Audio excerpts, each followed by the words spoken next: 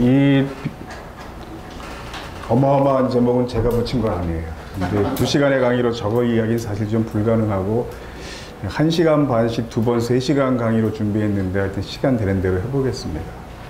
그 자료 보니까 굉장히 잘 돼 있네요. 그래서 자료 자세히 보시면 아마 제 강의가 이 자료의 범위를 초과할 것 같지는 않습니다.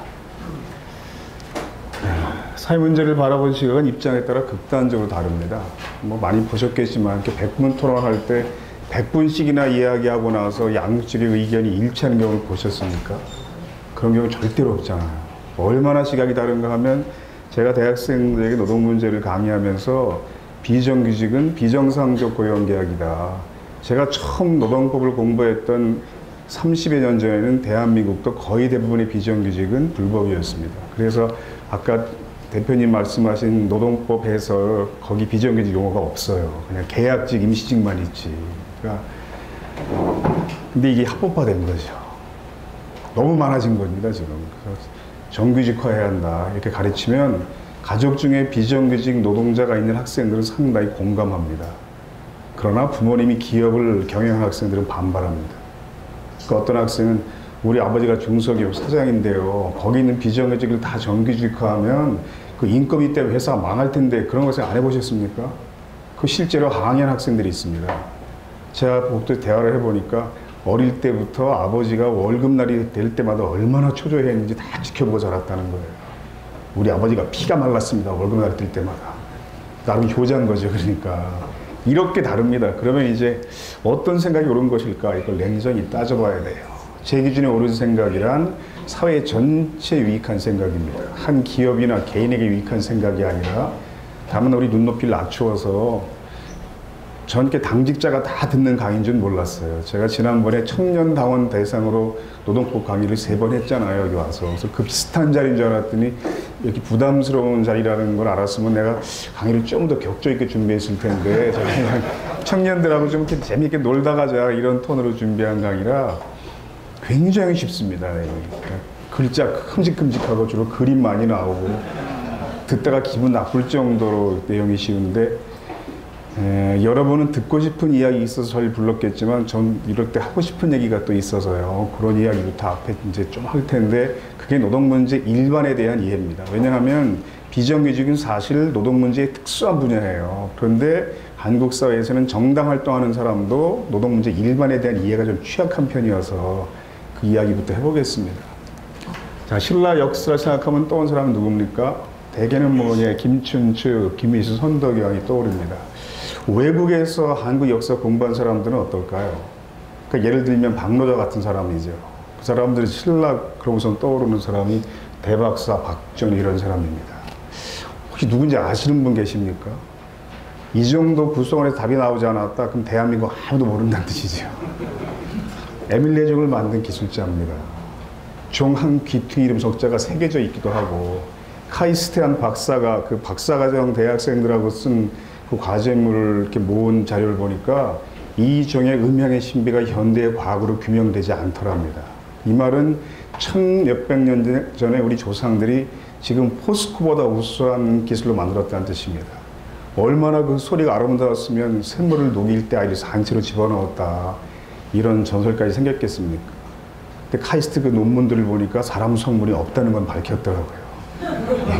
이미 검출되지 않았다. 이런 게 있습니다. 근데 이런 걸 우리는 잘 모르지만 외국에서 공부한 사람들은 알고 있습니다. 교육이 어떻게 달랐기 때문일까요? 신라는 당시 첨단 산업인 청동주 분야에서 가장 우수한 기술을 갖고 있는 나라였다. 최고의 경제인 기술자에게는 대박상을 칭부했다. 기술자를 존중하는 제도가 우수한 기술을 가능하게 했다는 겁니다. 다른 나라에서는 역사를 이렇게 가르칩니다. 즉, 그 지배세력 중심 역사만 가르치는 것이 아니라 임금 중심 역사만 가르치는 것이 아니라 서민의 생활사, 노동의 역사를 굉장히 자세히 가르칩니다. 즉 역사 속에서 지금 우리 같은 존재가 어떻게 살았을까도 중요하다는 거죠. 지금 대통령이나 재벌회장이나 뭐 당 대표나 이런 분들이 어떻게 살았을까 이건 물론 중요한데 그에 못지않게 평범한 서민들의 삶이 어떠했을까도 중요하다는 겁니다. 조선의학생활사라는 책이 최근에 출판됐습니다. 상당히 좋은 평가들을 받고 있습니다. 실제로 병을 앓은 사람의 관점에 추적한 최초 의학생활 미시사. 미사일 천착을 통해 한 의학의 기원을 밝혔다. 뭐 이런 평가를 받습니다. 카이스트 과학사 전공 교수가 쓴 책입니다. 이게 무슨 내용일까요? 우리가 조선시대가 배경인 사극을 보면요, 주로 등장인물들이 임금, 왕족, 사대부, 선비 이런 양반 계급들입니다. 그러면 조선 사회 전체 구성원 중에 양반이 몇 %였습니까? 한 2%였습니다. 나중에 돈 받고 팔았을 때 좀 많아졌습니다. 아플 때 한의사 가서 진맥하고 침 놓고 약 처방해주고 치료받는 장면이 이제 가끔 나옵니다. 그러면 그 사회의 98%였던 천민, 농민, 노비, 이런 사람들은, 머슴, 이런 사람들은 어떤 병을 앓았고, 실제로 어떻게 치료했을까, 그 분야의 최초의 서적이 나왔다는 뜻입니다. 다른 나라에서는 이런 내용을 학교 수업 시간에 가르칩니다. 제도권 교육에서 가르칩니다. 다른 나라들의 학교에서는 가르치는데 한국에서 가르치지 않는 내용이 있습니다. 즉 이 말은 한국 사회에서 공부 좀 했다는 지식 엘리트가 굉장히 취약한 분야가 있다는 거죠. 아주 무식한 분야가 있다는 겁니다.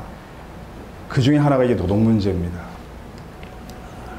기아차 광주 공장에 고3 학생이 실수로 나왔습니다. 주 58시간 근무했습니다. 40시간 시대에 고3 학생이.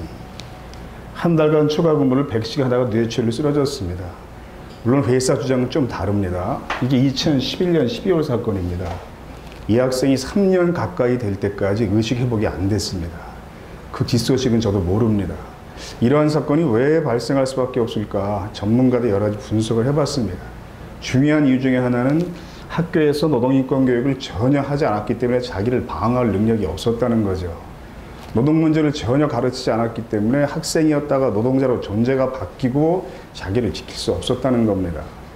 권리를 침해당해도 속수무책이고,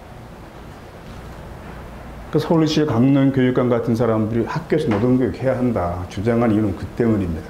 노동 문제를, 노동조합을, 노동법을 학교에서 가르쳐야 한다. 그럼 당연히 또 반대하는 사람들이 있습니다. 노동교육 시대착오적 이념교육이다. 이게 당시 한나라당 대변인의 주장입니다. 학부모에게 사과하라까지 요구했습니다. 그럼 보세요. 똑같은 학교 노동교육이라는 사안에 대해서도 이런 극단적인 시각이 엄연히 양립합니다. 우리 생각이 둘 중에 한쪽일 텐데 이걸 객관적으로 판단해 보려면 우선 다른 나라 학교에서는 어떻게 하고 있을까 한번 볼 필요가 있습니다. 미국, 영국, 독일, 프랑스, 일본에서는 학교 노동교육 어떻게 하고 있을까 실태를 파악한 보고서입니다. 정부 산하기관의 프로젝트였고 보고서 부피는 400쪽이 넘습니다. 이게 10년이 넘은 자료인데 아직도 제가 이걸 수업할 때 중요한 자료로 활용합니다. 왜 그렇겠습니까? 정부가 이 뒤에 이런 연구를 안 했어요. 제가 아는 범위 내에서. 그 이명박 박근혜 정부가 나랏돈 들여서 이런 연구를 했을 것 같습니까? 다른 나라는 아주 어릴 때부터 노동교육을 정말 철저히 실시합니다. 이건 이제 취약점 연령 아동들에게 노동조합 필요성을 설명하는 동영상인데 여러분이 그냥 취약점 연령이라고 생각하고 보십시오. 제 강의가 그렇다고 그랬잖아요.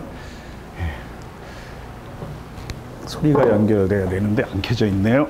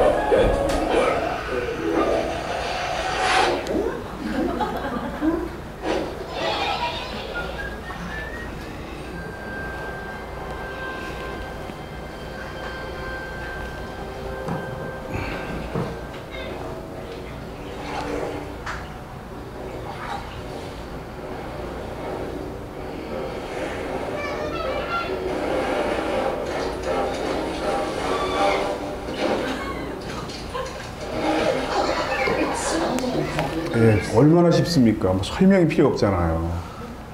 독일 초등학교 교실 풍경입니다. 뭐 하는 모습일까요? 실제 비슷한 광경이 현실 속에 있습니다. 단체 교습하는 모습이죠. 독일 초등학교에서는 학생들이 1년 동안 6차례 정도 모의 노사교섭에 참여합니다. 그러니까 초등학생 때부터 경영자 역할도 맡아보고 노동자 간부 역할도 맡아봅니다. 나중에 노동자가 되거나 경영자가 될 테니까. 한국 사회에서는 대부분 노동자가 되지만 대부분 경영자가 될 줄 알고 잘하죠. 그러니까 독일 초등학생들은 노동자 간부 역할을 신청한 학생이 압도적으로 많다는 겁니다. 한국 교사 중에 유럽 연수 갔다가 직접 본 교사들이 있습니다. 독일 교사에게 물었답니다. 아니 똑같은 걸 뭐 6번씩이나 합니까? 독일 교사가 뭐라고 답했을까요?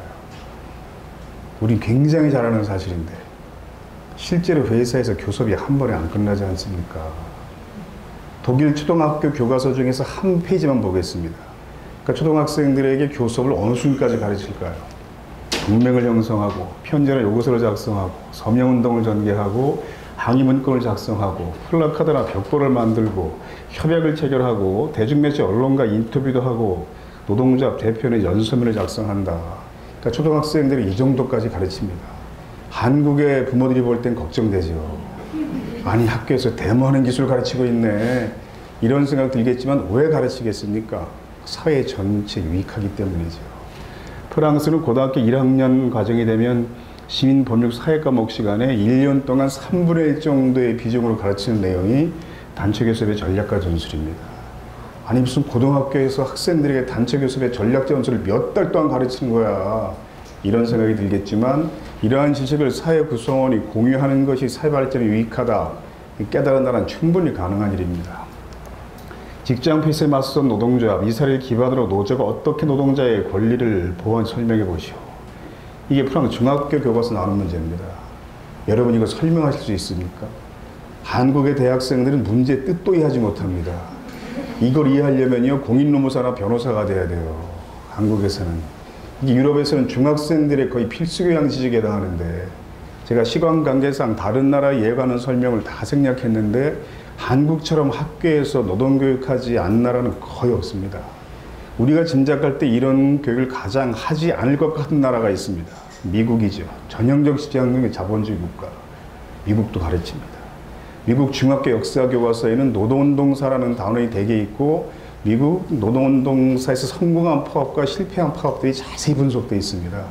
한국은 어떻습니까? 역사 교과서에 노동운동사 단어 자체가 없습니다. 우리는.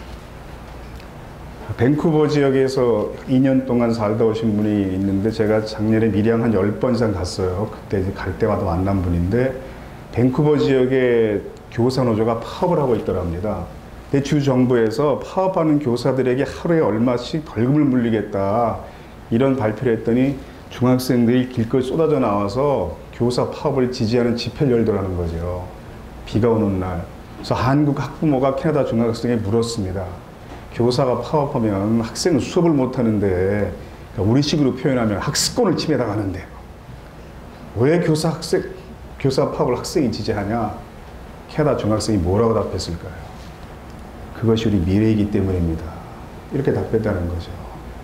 그러니까 캐나다도 이 정도 해요. 유럽에 있는 복지국가가 아니 3인주의 국가가 아니어도 미국 옆에 있는 나라도.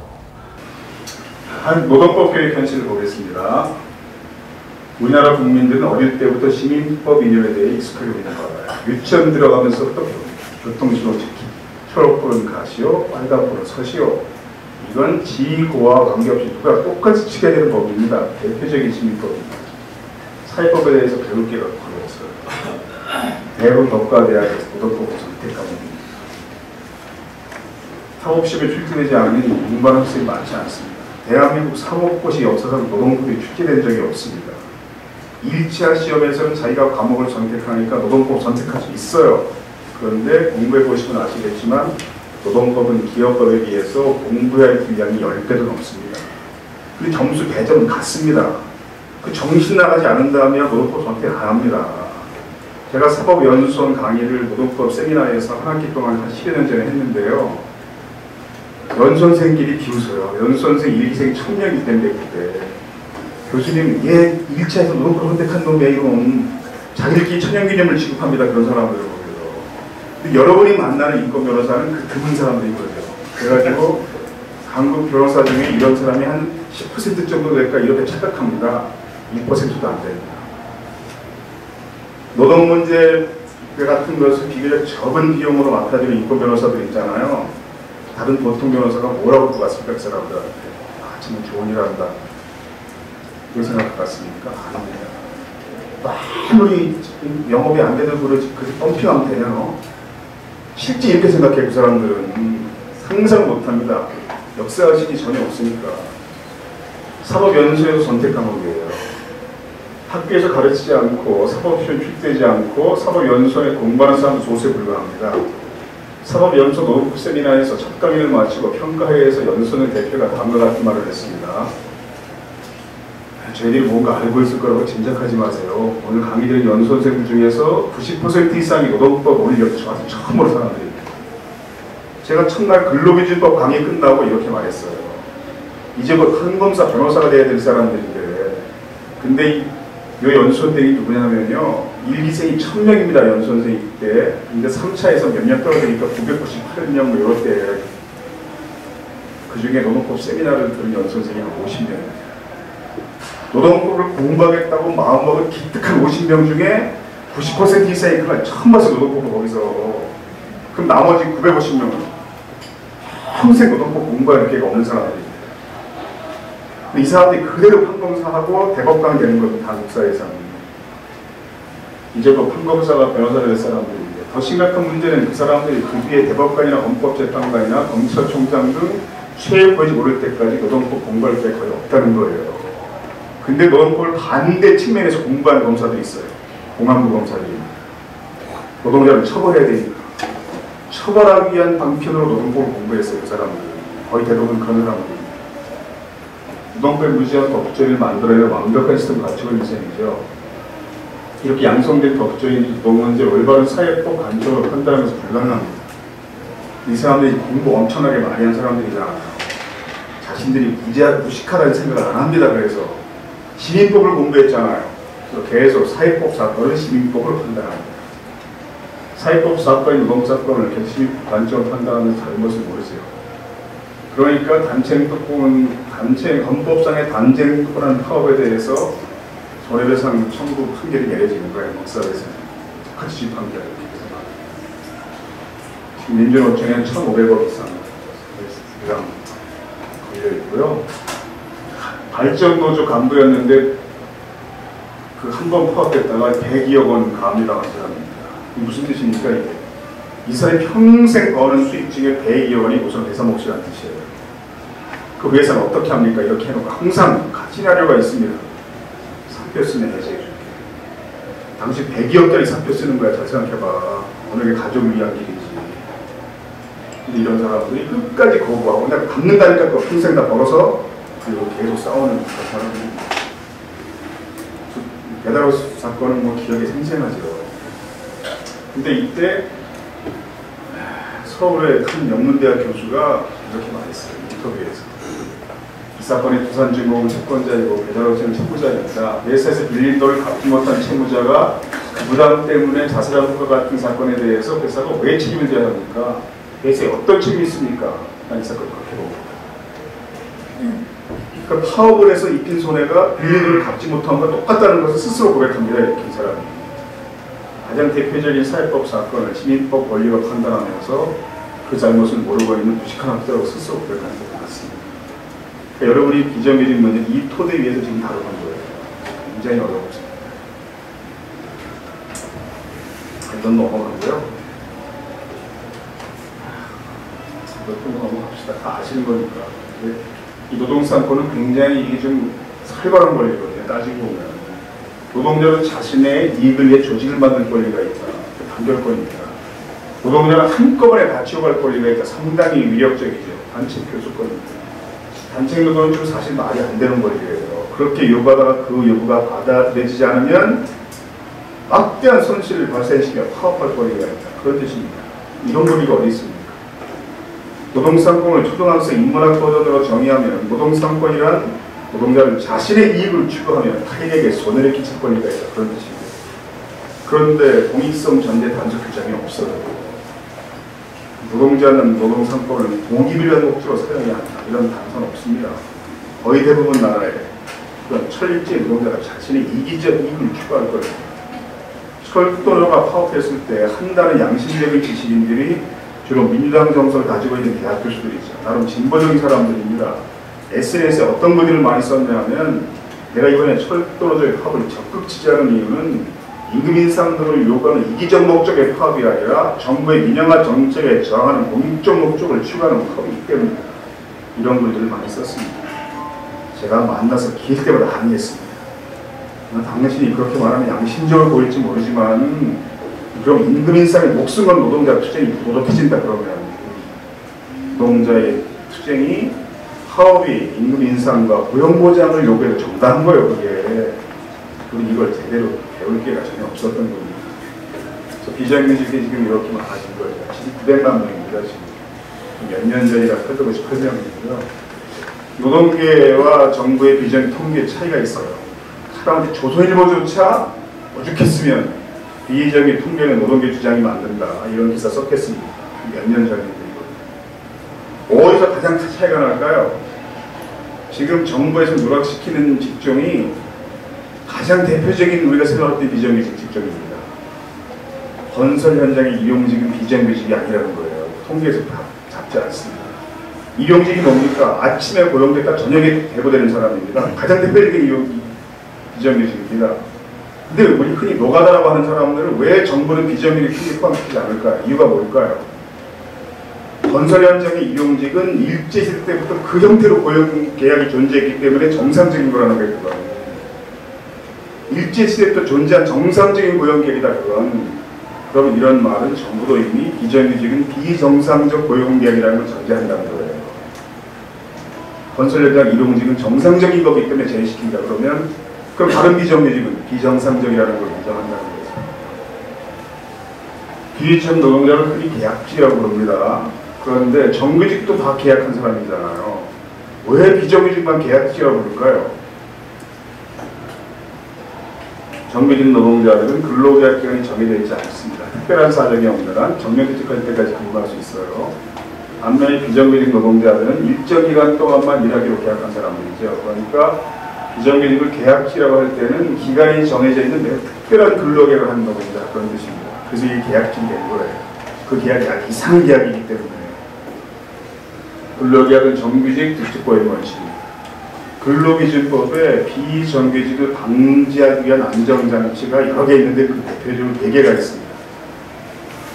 제6조 김동완 처우조항, 사용자 근로자에 대하여 근로조건에 대한 차별적 처벌하지 못한다.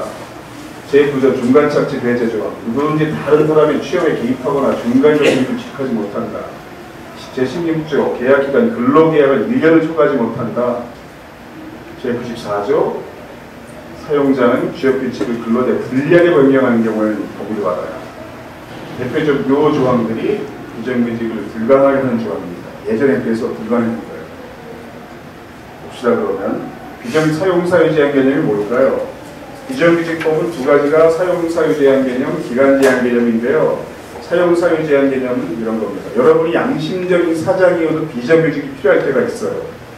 이게 3가지 경우입니다. 첫째, 출산이나 질병으로 잠시 자리가 비었을 때. 둘째, 단기적으로만 존재하는 업무. 셋째, 시효기간이 필요할 때. 업무 적응기간이 노사간에 필요할 때 이게 본래 인턴제도 취지입니다. 이 경우 외에는 비정규직은 불법이었어요. 예전에는. 유럽은 아직도 그런 걸 지킨 나라가 많아서 프랑스, 네덜란드는 비정규직이 오히려 임금이 높습니다. 왜 그렇겠습니까? 불리한 형태의 계약이니까 더 줘야 한다는 거죠. 이게 본래 비정규직 제도가 생긴 취지입니다. 노동법을 처음 공부했던 70년대 말 대부분의 비정규직은 불법이었습니다. 한 기업 안에서 정규직과 비정규직을 따로 구분해 차별적 노동조건을 적용하면 바로 이 조항에 걸리잖아요. 김동완 처우 조항에 걸립니다. 차별적 처우를 금지하는 조항에 걸립니다. 회사의 노동자를 소개해줬다는 명목으로 중간에 이익을 취하면 중간착취 배제 조항에 걸립니다. 용역회사가 여기 다 걸리는 겁니다. 그러면.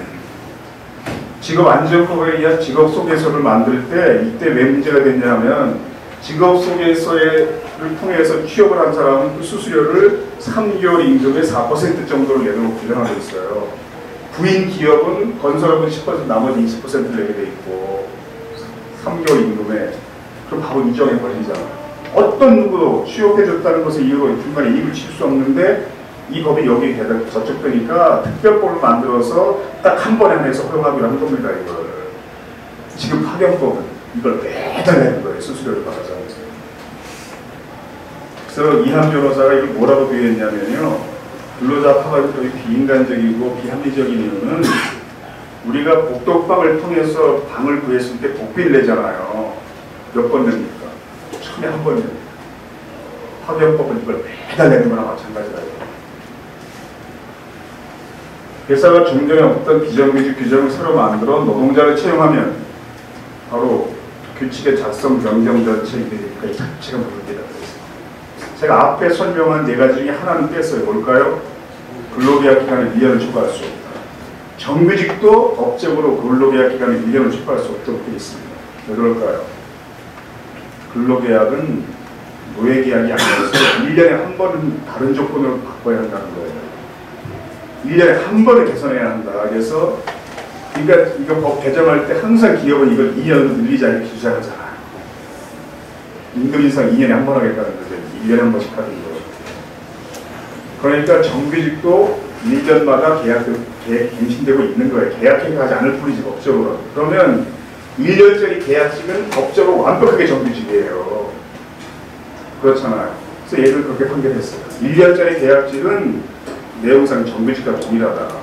정규직도 1년마다 계약이 갱신되는 거고 1년짜리 계약직은 1년마다 갱신되지만 구체적으로 계약 기억이 하는 거고 그때 법원판이 이렇게 나오니까 이걸 피하기 위해서 회사가 어떻게 했습니까? 1년 될 때마다 1개월씩 공백을 두는 거예요. 11개월만 분명하게 한 달 주기하고 다시 채용하고 이러면 이게 계속 근로가 인정이 안 되기 때문에 퇴직금식 사회가 발생하지 않거든요. 따라서 그 자체가 이건 무효라고 판결했습니다. 그렇다고 단순 경련 해석이 어떻게 바뀌었을까요? 김영삼 문민정부 들어 법원의 판결에 기업 입장이 뚜렷하게 반영됐어요. 정리해보면 이때 다 판결이 이렇게 바뀌었는데요.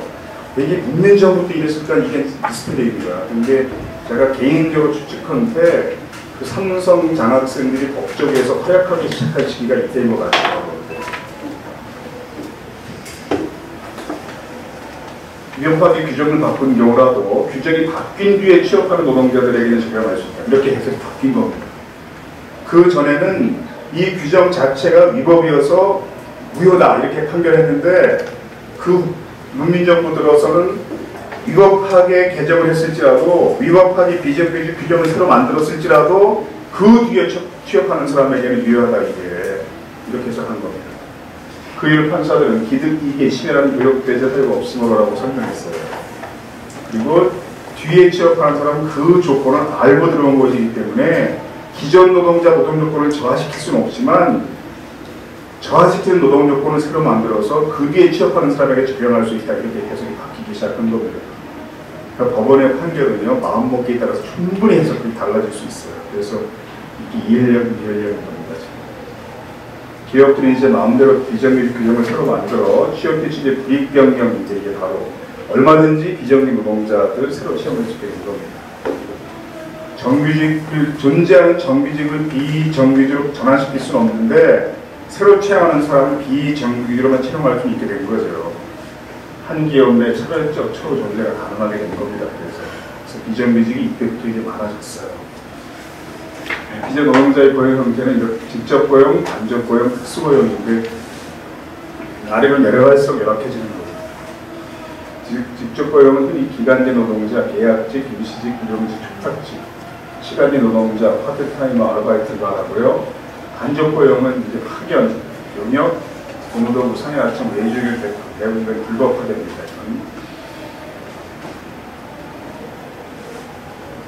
파견법이 생기기 전에는요, 요 세 업종 외에는 근로자 파견 사업 불가능했어요. 특별법으로 요 업종만 특별히 영역이 가능하게 허용했었거든요. 파견법이 생기고 나서 확대된 거죠. 방송사에서 가끔 저에게 인터뷰하러 올 때 보통 이제 4명, 아니면 5명 정도입니다. 그 중에 정규직은 되게 1명입니다. 기자나 PD. 나머지 작가, 음향기사, 조명기사, 촬영기사 다 대부분 비정규직이에요. 그럼 이렇게 저에게 무선 마이크 채워진 음향기사는 제가 살짝 물어봅니다. 거의 몇 정규직이세요? 어떤 분이 저에게만 드리게 답했어요. 계약직만 돼도 좋겠습니다. 외주업체인 거죠. 그러니까 간접고용 비정규직은 직접고용 비정규직이 들어온 거예요. 그나마. 특수고용 비정규직은 특수자가 들어가 좋을 것 같지만 특수하게 나쁜 비정규직입니다. 아예 노동자로 인정되지 못하는 비정규직입니다. 요 학습지 교사, 보험고시비, 내리기사, 프리랜서, 아이선 이런 사람들인데 중요한 사실은 이렇게 다양한 비정규직 노동자들이 예전에 다 정규직이었다는 거예요.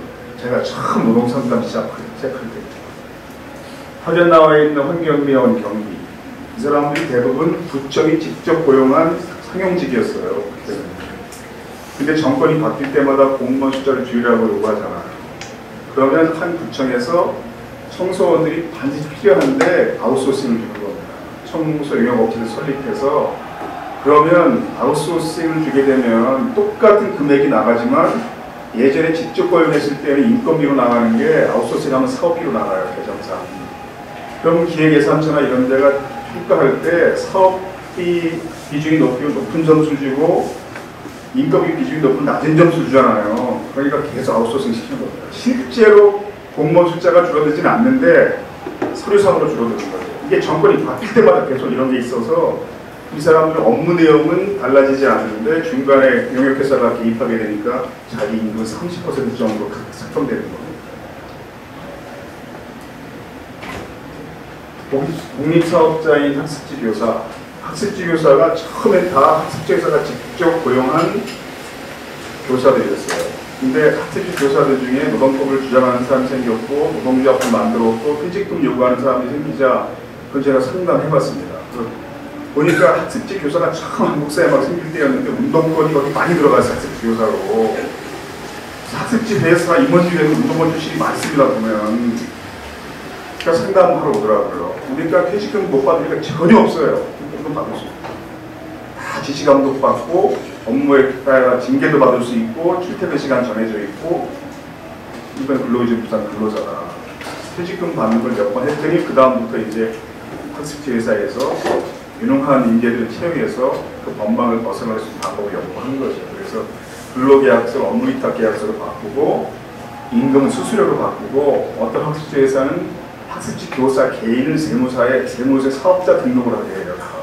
인사업자로 만들기 위해서. 그럼 하는 내용은 달라진 게 없는데 서류상으로만 달라진 거예요. 그러면 한국의 판사들은 노동자가 아니라고 판단하는 거죠. 실체적인 진실이 달라진 게 없는데 한국의 판사가 그렇게 판결할 수밖에 없는 이유는 제가 아까 설명한 거고요. 사실 화물운송 레미콘 택배기사 예전엔 다 화물운송 회사가 직접 고용한 운전기사들이었습니다. 근데 이제 연구한 거죠. 그래서 트럭 기사들에게 제안한 겁니다. 당신이 운전하는 트럭을 우리가 싼 값에 불어갈게. 근데 이미 감가상 기간이 거의 끝나가서 장부상 가치가 없는 거여서 공짜로 줘도 사실 회사는 손해가 없는 거예요. 싼 값에 불어갈게. 그럼 너 사장되고 네가 일한 만큼 돈 벌 수 있고 좋잖아. 10년 동안. 이렇게 된 겁니다. 그러니까 울며 그자면 다 불어받은 겁니다. 이걸. 그러면 예전보다 훨씬 더 많이 일해도 고속도로 휴게소 밤에 운행하다 보면요. 밤을 트럭이 많이 오는 휴게소에서 있어요. 밤을 트럭이 잠잘 수 있는 숙소가 있고 샤워시설이 있는 휴게소는요. 밤에 들어가면 자리가 없습니다. 다 밤에 운행해요. 그럼 기름값 적게 들죠. 통행료 할인되죠. 그래서 고속도로 휴게소에 어떤 밤을 트럭 기사는 한 달에 한 20일을 잡는데요. 근데 그렇게 번 운송 수입으로 트럭값 할부금 내고 보험료 내고 기름값 내고 수입이 내면 100만 원 갖고 들어가지 못한다는 거죠. 집에. 또 화물 트럭 회사가 나가는 돈이 더 많아지면 그렇게 갖고 있겠어요? 그러니까 그 화물 트럭 기사들이 여기에 수백 대씩 트럭 세워놓고 한 거잖아요. 강렬하게. 골프장 경기 보존 예전엔 다 골프장에서 채용한 캐디들이었습니다. 이건 어떻게 바꿨을까요?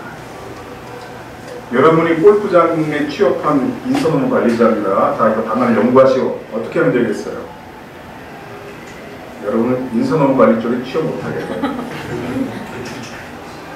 이걸요. 예전에는 골프장에서 이렇게 배정을 했잖아요. 캐디들을. 지금은 골프 치러 오는 회원과 항상 1대1로 계약하는 걸 바꾼 거예요. 업무 내용은 달라진 게 없어요. 근데 골프를 칠 때마다 그 회원과 캐디가 1대1로 항상 계약하는 걸 바꾼 겁니다. 형식상. 근로기준 법에 전혀 받지 못하는 거죠, 이 사람은. 기업들이 정규직을 비정규직화하는 경우 노동비용을 자격할 수 있으니까 한 겁니다. 사회 전체에 미친 영향, 이게 중요한 거예요. 이렇게 하는 게 기업에게만 유익할 때 사회 상당히 해롭다는 거고요. 비정규직 문제가 사회에 중요한 이유는 비정규직은 기업이 단기적으로 인건비를 절약한다는 것 외에 사회에 유익한 효과가 전혀 없어요. 부정적 효과만 많이 있습니다. 파견 근로자 보호 등에 관한 법률, 약식 파견법은 김영삼 문민정부 때 도입됐습니다. 이게 바로 우리 기억에 생생한 새벽 날침 통과 때 이게 도입된 거예요. 여당 국회의원들 관광버스에 태워가지고 새벽에 들어가서 반드시 이러시오시오 몇 번 하고 나서 한꺼번에 통과된 거죠. 3개월에 걸친 총파업으로 법 개정을 무효화하고 근로자 파견 도입을 막았어요. 저지했습니다. 이 총파업은 정말 87년 노동자 대투쟁 못지않은 총파업이었습니다. 최초로 민주노총, 한국노총이 연대했고 그 전에 싸움은요, 제가 노동운동 계획 그때 좀 중심에 있을 때가 생생히 기억하는데 지금 밖에 나와 있지만 소수의 운동권이 격렬하게 싸우면서 계속 시민들을 설득해야 되는 피곤한 싸움이었잖아요. 그동안 이때는 안 그랬어요. 오히려 전선이 얼마나 확대가 되는지 지도부가 이걸 따라가지 못하는 막 이런 싸움이었습니다. 전국적으로 동시에. 97년 정부는 IMF에 구제금융을 요청하면서 근로자 파견제도를 약속합니다. 김대중 국민의 정부 시절인 98년에 노사정위원회에서 제정하기 합의하고 2월달에 제정되고 7월달부터 시작된 겁니다. 그래서 파견법은 김영삼 정부 때 만들었다가 일단 무효화했고 그 다음 국민의 정부 때 만들어진 거예요. 제조업의 직접 생산 공정 업무를 제외하고 26개 업무에 한해 2년까지 근로자 파견이 가능하다는 게 중요한 내용입니다. 2년을 초과해 사용하는 경우 2년 만료 다음 날부터 직접 고용한 것으로 본다. 2003년 10월 정부는 파견 근로 대상 업무를 네거티브 리스트 방식으로 확대하고 이게 뭐예요? 26개 업종에 대해서 허용한다 이렇게 하는 게 아니고 금지 업종 몇 개만 지정하겠다는 겁니다. 그러면 이제 나머지 다 할 수 있다는 거죠. 2년이 초과된 경우 사용자가 계획을 거부할 수 없게 하는 파견법 개정안을 국회에 제출했습니다. 노동계 반발로 국회 통과되지 못했습니다. 이때 이제 노무현 정부가 나와요. 그래서 이제 노무현 정부가 비정규직에 뗄래야 뗄 수 없는 관계는 이때 만들어진 건데요. 사실 주범은 아닙니다. 참여정부가. 근데 우리 기억에 가장 최근에 남아있는 기억이어서 네거티브 방식과 파견과 3년 연장 개정안을 국회에 다시 제출했습니다. 결국 파견법 개정안이 4년 만에 국회를 통과했는데 이 3년 연장은 되지 않았고요. 26개 업무에서 32개 업무로 확대하고 2년 초과 파견 노동자는 직접 고용으로 간주한다는 고용의제 조항에서 과태료를 물면 고용무를 이행하지 않아도 되는 고용무 조항으로 바뀌었습니다. 그런데 여기 제가 나중에 고친 자료에 영이 들어가더니 고치기 전 자료네요. 쉬는 시간에 바꿀게요. 이때 신설된 제도가 있어요. 차별 시정제도. 차별 시정제도가 이렇게 신설되어 있어요. 비정규직이 확산되려면 어쩔 수 없는데 차별 시정제도를 만들겠다. 그래서 차별받는 비정규직이 신청하면 차별을 없애주는 제도를 만들겠다. 이게 당시 비정규직법을 만들 때 참여정부가 가장 강조했던 긍정적인 면이었습니다. 고용의제를 고용무로 바꾸면서 불법행위에 대해서도 고용무 규정이 적용되는 것을 명문화했습니다. 긍정적인 거죠. 이명박 정부는 파견기간을 2년에서 3년을 미는 개정을 시도해서 부산됐고요. 박근혜 정부는 비정규직 대책에서 지금 2개 업무만 추가하자 이렇게 얘기하고 있습니다. 그리고 기간을 4년으로 밀리자는 거죠. 파견법 제정 당시 26개 허용 업종은 대부분 한국 표준사 직업 분류상 세세분류에 해당하는 업무들이었습니다. 이 표준사업 분류는요, 대분류, 중분류, 세분류, 세세분류 이렇게 되어 있거든요. 노무현 정부에서 32개 업무로 늘어나면서 중분류에 해당하는 업무들을 포함시킨 거예요. 6개 업무가 늘어난 것처럼 보이지만 세세분류를 기준으로 하면 수십 개 업무가 늘어난 거죠. 가는 업무가. 박근혜 정부는 대담하게도 대분류 2개 업무를 포함시키겠다는 겁니다. 그리고 이걸 2개만 더 포함시키는 건데 대분류 2개에는 세세분류가 400개 들어가 있어요, 지금. 그럼 400개 업종을 확산하겠다는 뜻입니다, 이건 따져보면. 판사, 변호사, 회계사, 세무사, 감정평가사, 교사, 기자, 보험 및 금융관리자, 자동차 부품 등 기술영업원 등이 다 포함됩니다. 제조업에도 품질관리 전문가, 기계수익 전문가, 물류배송 전문가 딱지를 붙이면 모두 전문직이 돼서 확연히 가능해집니다. 지금은 이걸 왜 했겠어요? 현대차처럼 되지 않도록 하겠다는 거죠. 현대차가 지금 계속 불법 확연 판결을 받고 있잖아요. 그러니까 이게 되면 이제 제조업체 생산 라인에도 확연직 들어올 수 있게 하겠다는 겁니다. 이게 이제 이명박 정부 때 엄청나게 학연법, 비정규직 관련법 때문에 계속 회의를 열었는데 굉장히 중요한 사안이었죠. 그때 제가 쓴 칼럼이 있는데요. 중요한 내용만 소개하면 기업들이 비정규직을 정규직화하는 비정규직법 지원에 그때 반대해 볼까요? 이명박 정부 때 아닙니다. 비정규직을 계속 비정규직을 고용하는 것조차 반대하고 있는 겁니다. 현행 비정규직법 사용기간 제한 2년의 의미는 비정규직으로 2년 이상 근무한 뒤에 정규직으로 전환한다는 것이 아니라 근데 기자들도 다 이렇게 표현합니다. 그냥 비정규직 2년이면 정규직으로 전환시켜야 하기 때문에 이렇게 표현하지만 그게 아니잖아요. 아시는 것처럼 2년을 초과하면 기간의 정함이 없는 근로계약, 무기계약으로 본다는 거죠. 이걸 노동자들 영구 비정규직을 표현합니다. 그러니까 그 비정규직으로 2년 근무했으면 그 후에 계속 그 비정규직 상태로 근무할 수 있다는 거예요. 계약 기간이 끝났다는 것을 이유로 해고할 수 없다는 겁니다. 예를 들어 3개월짜리 비정규직이다 그러면 2년 되기 전까지는 3개월 계약 기간 끝나면 계약 해지할 수 있어요. 계약 기간 끝났다는 이유로. 근데 그 기간이 계속 이어져서 2년을 넘으면 2년에 하루라도 넘어야 돼요. 2년을 넘으면 그때는 계약 기간이 끝났다는 이유로 계약 해지할 수는 없다. 그러니까 그 비정규직 상태로 계속 고용해야 한다 이겁니다. 영구 비정규직인 거죠. 비정규직이 무계약직이 된다고 해서 노동비용이 많이 증가하는 것도 아닙니다. 왜냐하면 그 비정규직 상태가 계속 이어지는 거니까 비정규직 상태로 근무기간이 연장되는 것뿐이기 때문이죠. 2년 이상 근무했다면 어차피 회사에 계속 필요한 직책입니다. 누군가 계속 고용해야 돼요. 그럼에도 기업이 비정규직을 영구 비정규직을 고용하는 것조차 꺼린 이유가 뭘까요? 2년 만에 이완이 시니까 4년 뒤에 하겠다는 거잖아요. 지금. 비정규직 고용기간을 4년으로 연장한다고 표현하지만 그건 정확히 표현하면 그나마 정규직화하는 기간을 2년 더 늦춘다는 겁니다. 왜 비정규직으로 계속 고용하는 의무조차 이 사람들이 그렇게 하려고 할까요? 이건 그 만나보면, 그 노동자 만나보면 압니다. 화장실 한번 마음대로 못 가면 10년 동안 이랬어요. 어제가 아버님 대산한데 못 가고 했어요. 휴가 신청했다가 대면에 계획 연장 안 될까 봐요. 파견직에게는 경조휴가비도 50%만 지급됐어요. 휴가를 내고 해고되고 아파트 조퇴 신청하면 집에 가서 영원히 쉬라고 했습니다. 비정규직 고용기한이 비인간인 첫 번째 이유가 이겁니다. 노동자가 인간답게 살기 위해서 요구할 수 있는 권리 자체를 봉쇄하는 거예요. 너 화장실 마음대로 다녀? 그러면 계약기가 끝나고 연장 안 해주는 거죠. 이렇듯 비정규직 고용은 노동자가 인간답게 살기 위해 회사에 말 한마디 하는 것조차 쉽게 봉쇄할 수 있는 제도입니다. 우리나라 기업들이 이미 그 비인간적 인선로 관리 단맛에 길들였기 때문이에요. 문제는 기업들이 이렇게 저임금으로 경제를 유지하는 것이 국가 경제에 도움이 되지 않는다는 사실이죠. 비정규직을 정규직을 전환할 능력이 없는 무능한 기업 경영자들은 시장에 퇴출시키는 것이 오히려 시장 경제 원리에 부합합니다.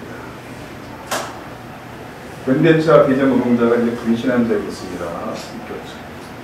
25일 점거했을 때 이제 부인들이 대책이 만들어서 열심히 같이 싸우셨어요. 제가 70년대 중반 동일반기 투쟁부터 노동자 투쟁을 가까이서 지켜본 사람인데 가까이 지켜봤다는 것은 내 구성원 중에 아는 사람들이 있다는 뜻입니다. 구경만 한 게 아니라 여성 노동자가 파업할 때 남편들이 가족 대책이 만든 거 못 봤어요. 아직까지. 여성운동 하시는 분들은 이거 가지고 몇 시간 얘기할 수 있습니다. 남편도 가족 대책이 만들어라 그게 아니라 가족이라는 시스템이 여성을 얼마나 착취하는 도구로 활용되는가의 한 얘기인 거죠. 황인하 씨가 분유제한테 다시 목숨을 건졌습니다. 인터뷰 장면 잠깐 보겠습니다. 금신 외에는 어떠한 방법도 떠오르지 않았다는 황인하 씨. 8년이나 현대자동차에서 일했지만 하청업체 소속 비정규직이라는 위치가 가져다준 건 차별뿐이었습니다. 잘못했습니다. 왼쪽에는 정부직, 오른쪽에는 저 똑같은 작업을 했습니다. 똑같은 작업에, 똑같은 작업 지시에, 똑같은 공부에, 똑같은 작업 재료에 다 똑같습니다. 오로지 다른 것 앞에 정규직 앞에 빗자 하나 붙은 거 그 하나 빼놓고는 다 똑같습니다. 이런 경우에는 정규직이다. 이게 지금 대법원 판결인 겁니다. 최병순 동지가 현대차를 상대로 혼자 싸워서 7년 만에 대법 수석 판결을 2개나 받았습니다. 회사는 이 사람은 정규직 시켜준다는 거죠. 판결이 있으니까. 근데 현대차 내에 같은 형태 고용계약이 지금 10,000명 정도 있잖아요. 그러니까 최병순 동지가 판결받은 내용일 겁니다. 제조업체 생산직은 현행법상 노동자 파견이 불가능한 업종이에요. 32개 업종에 포함되지 않습니다. 그런데 어떻게 실제로 제조업체 생산직의 파견 노동자들이 그토록 많을 수 있을까요? 아니, 물 있어요.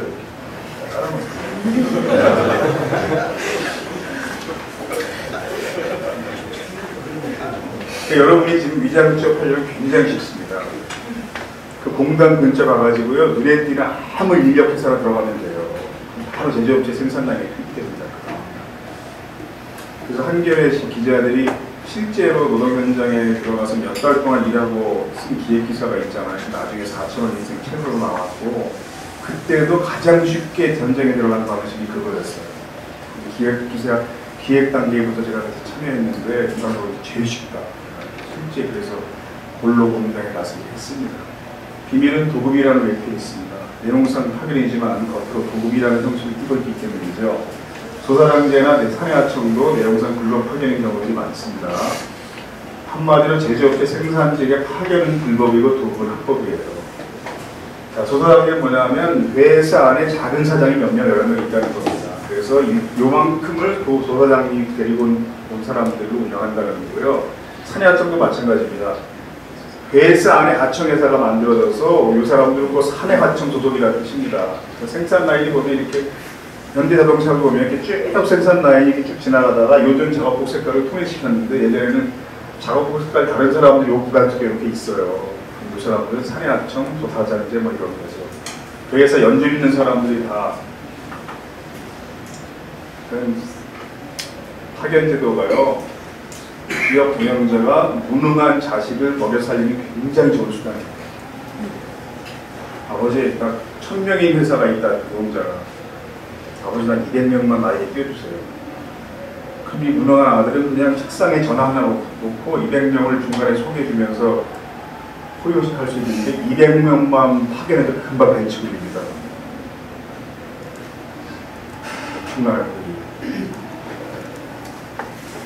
파견은 불법이고 도급은 합법인데요. 합법적 도급으로 인정받으려면 업무가 완전히 독립돼 있어야 돼요. 독립된 업무가 도급입니다. 내가 이제 집을 지을 때 건설업자에게 뭐 2억 주고 집 하나 지시오. 이 사람이 독립적으로 수행하다가 업무를. 그게 도급입니다. 그런데 제조업체 생산 라인에서 일하는 노동자의 업무가 앞뒤 공정과 독립돼 이루어진다는 것은 불가능합니다. 그동안 법원이 현대자동차 사내하청 노동자들에 대해서 내용상 파견에 해당한다. 판결한 이유는 그 때문이죠. 이게 도급 사내하청이라고 계약을 맺었지만 내용상 파견이다 이거는. 2년상 파견 노동자를 사용하면 원청에서 직접 고용하도록 파견법을 규정하고 있습니다. 그러니까 현대차에서 2년 넘게 일한 사내하청 노동자들은 2년이 지난 시점부터 현대차 정규직으로 가야 한다는 거죠. 근데 10년 넘게 일한 사람들이 많습니다.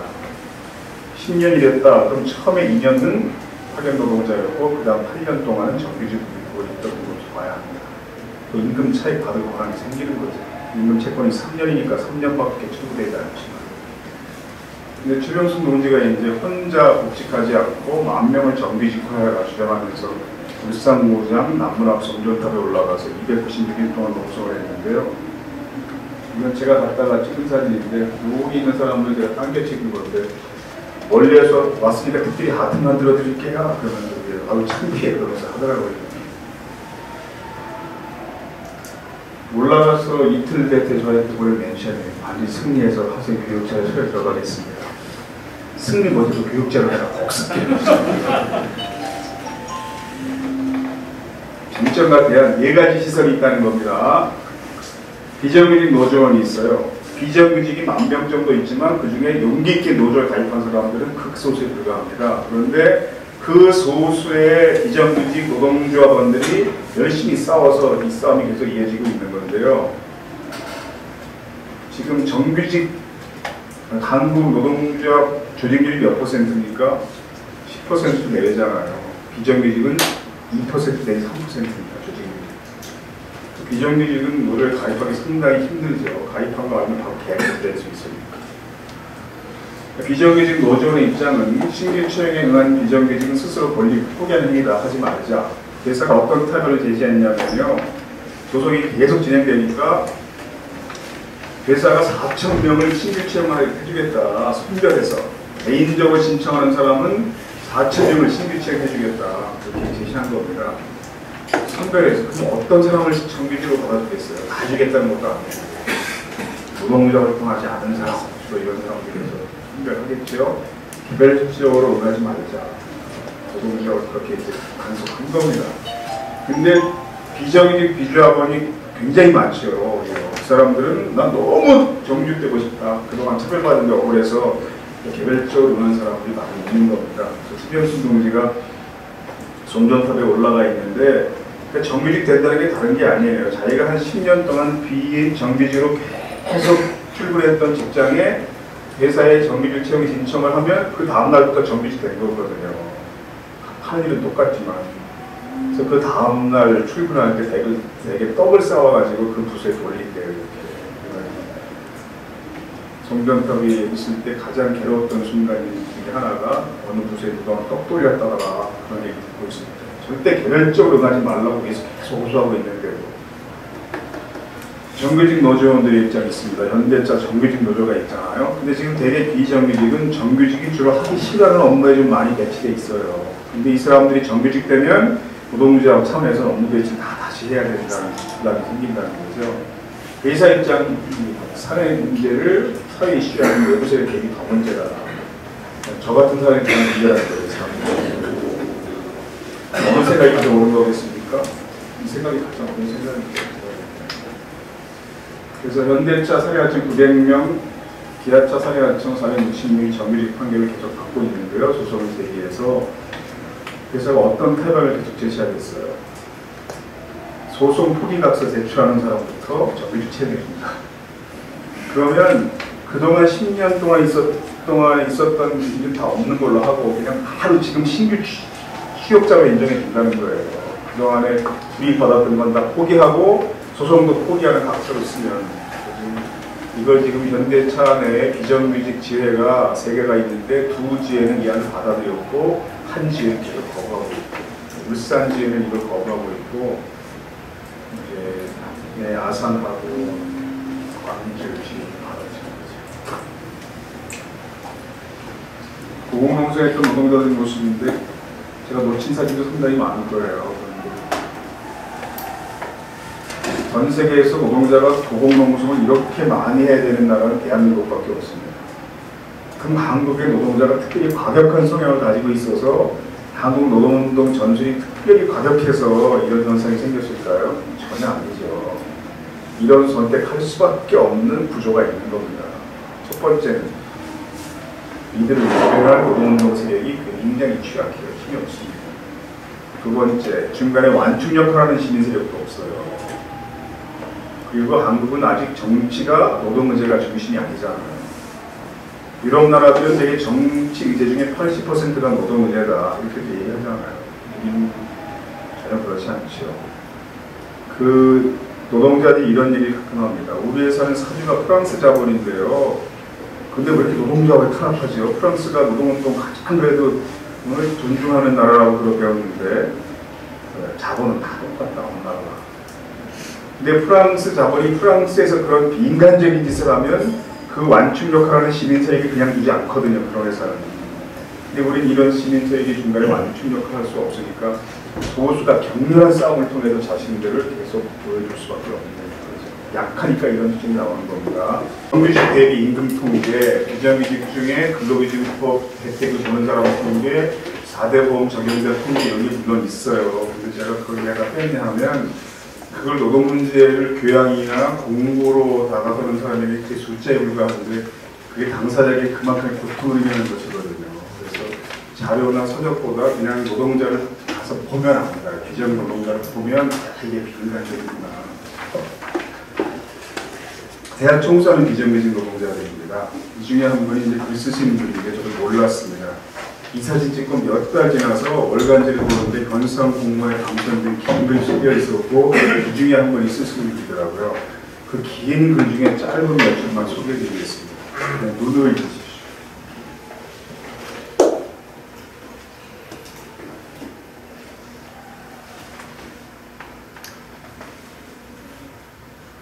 휴게실이 없으니까 전국 대학 건물 중에 설계할 때부터 환경미화 노동자의 휴게 공간을 설계한 대학은 거의 없습니다. 노동자와 결성되어 있는데 열심히 싸워서 정시 확보된 거죠. 이런 공간입니다. 이 대학생들이 몇 년 전에 찍어서 공개한 사진입니다. 지금은 개설됐겠죠. 이 사진도 보시면 실내 벽이 외벽용 타일로 되어 있고 지금 벽에 군데군데 뭐가 많이 묻어 있습니다. 왜 그렇겠습니까? 원래 건물의 바깥쪽이었다는 뜻입니다. 건물 바깥쪽으로 돌출된 계단 밑을 삼각형으로 막은 겁니다. 상당히 작은 공간이지만 정말 좋아했어요. 야, 눈치 안 보고 발을 뻗고 생겼다. 작은 냉장고를 저 옆에다 이렇게 들여다놓고 모텔 가면 있는 작은 냉장고도 있잖아요. 김치 담궈서 넣어놓고 식사할 때 같이 먹을 수 있어서 너무 행복하다고 그러면서 이번에 우리 김치가 얼마나 맛있게 된 거 없다고요. 막 그러면서 꼭 여기서 식사하라고 해서 식사 하나 주문해가지고 여기서 먹었거든요. 이분들이 여기서 식사한다는 것은 또 말하면 아직 구내식당을 사용하지 못한다는 뜻입니다. 제가 병원에 이제 한 열흘 정도 입원한 적이 있었는데 청소하는 분이 들어오셔가지고 병실에서 간병인하고 수다를 하세요. 원래 이제 청소하는 분하고 간병인들이 친하게 지내잖아요. 병원에 보면.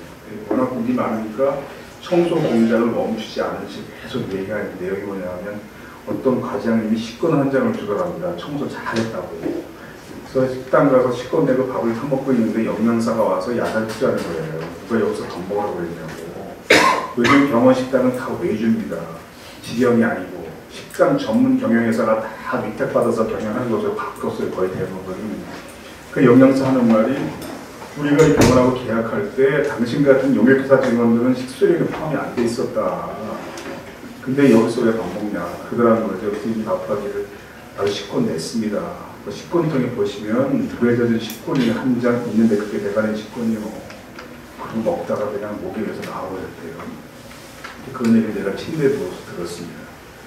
다행히 그 병원에 노동점이 있었고 노동점 위원장이 저랑 계속 알고 지내는 사람이어서 제가 노동점 위원장을 찾아가서 얘기했습니다. 이런 얘기 들었다고 했더니 노동 위원장이 정말 미안해하더라고요. 우리가 외주와 반대 투쟁만 하느라고 왜 외주와 반대 투쟁해야 됩니까? 노동조합이. 외주하면요 식당 조리종사 30명 다 해고해야 돼요. 그러니까 이 사람들을 승계하는 조건으로 계약하도록 그 싸움을 나중에 결국 외주와 반대하다가 하다 안 돼서 이 사람들을 승계받는 조건으로 싸웠다는 거죠. 그거 하느라고 우리가 그것이 용역회사 직원들 신경을 못 썼다고 식당에 가가지고 막 대판 싸웠어요. 그 계장하고 영양사하고. 당신이 이따위 가면 우리가 끝까지 싸워서 내년부터는 이 병원 계약하지 못하게 할 거라고. 그분이 당신 어머니를 생각해보라고. 그날 바로 시행됐어요. 별로 어려운 거 아니거든요. 공짜로 먹겠다는 것도 아니고. 광주에 가면 김대중 컨벤션 센터라고 굉장히 좋은 건물이 있습니다. 우리 청소하는 분들은 식사 어디서 했을 것 같습니까? 제가 가서 여쭤봤어요. 지나가다가 거기 있는 것 같아요. 식사 어디서 하세요? 왜 물어보세요? 말 안 하더라고요. 혹시 화장실에서 하세요? 어떻게 알았냐고. 장애인 화장실에서 한다고. 거기가 이렇게 깨끗해서 거기 신문지 깔고 식사한다고 그러더라고요. 근데 얼마 전에 개선됐습니다. 휴게실이 생겼어요. 그리고 이건 서울에 있는 한 대학병원인데요. 이 벽 뒤에 작은 공간이 있다는 걸 누가 알았어요. 그래가지고 병원 몰래 벽을 뚫은 겁니다. 이렇게. 그래가지고 이 밑에 기어 들어가서 저기서 2명이 앉아 쉴 수 있는 공간을 만든 거예요. 그걸 제가 기자가 가서 취재한 겁니다. 이거는 해야동 재능교육본사 앞에서 재능교육 학습지 교사들이 투쟁할 때 제가 가서 교육하는 모습인데 천막 다 철거당해서 천막을 제가 100번 정도 철거당하고 100번 정도 쳤다 이렇게 표현하니까 유명자 지부장이 100번은 안 되지만 거의 100번 된다고 얘기하더라고요. 다 천막 철거당해가지고 그냥 땅바닥에 라면 박스 깔고 장작불 피고 교육을 했는데 이때 영하 18도였습니다. 이날이. 끝나고 찍은 사진인데 가운데 있는 애가 제 딸입니다. 대학교 1학년 때쯤 따라갔습니다. 얘가 대학을 휴학하고 1년쯤 지나서 복학한 다음에 졸업하고 3년 지났습니다. 지금 대안학교 교사합니다. 근데 이 노동자는 아직도 있기 때문에 여기서 계속 하잖아요. 이건 작년 봄에 한겨레 21 부탁을 받고 제가 인터뷰하러 갔던 모습인데요. 10대 시청 앞에 농성장 차렸을 때입니다. 유명자 지부장 강도수 위원장이죠. 이날이 2267일째였어요. 길거리 농성. 한겨레 사진기자가 사진 찍는 걸 제가 찍은 겁니다.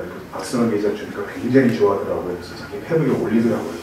사진 기자를 또 사진 찍어줬다고. 사진은 돌고 돈다 이러면서 그랬는데 파란색이 왜 이렇게 눕혀있냐 하면 처음엔 천막을 쳤어요. 근데 경찰서장이나 경비과장이 바뀔 때마다 갈수록 이제 악랄해진 거죠.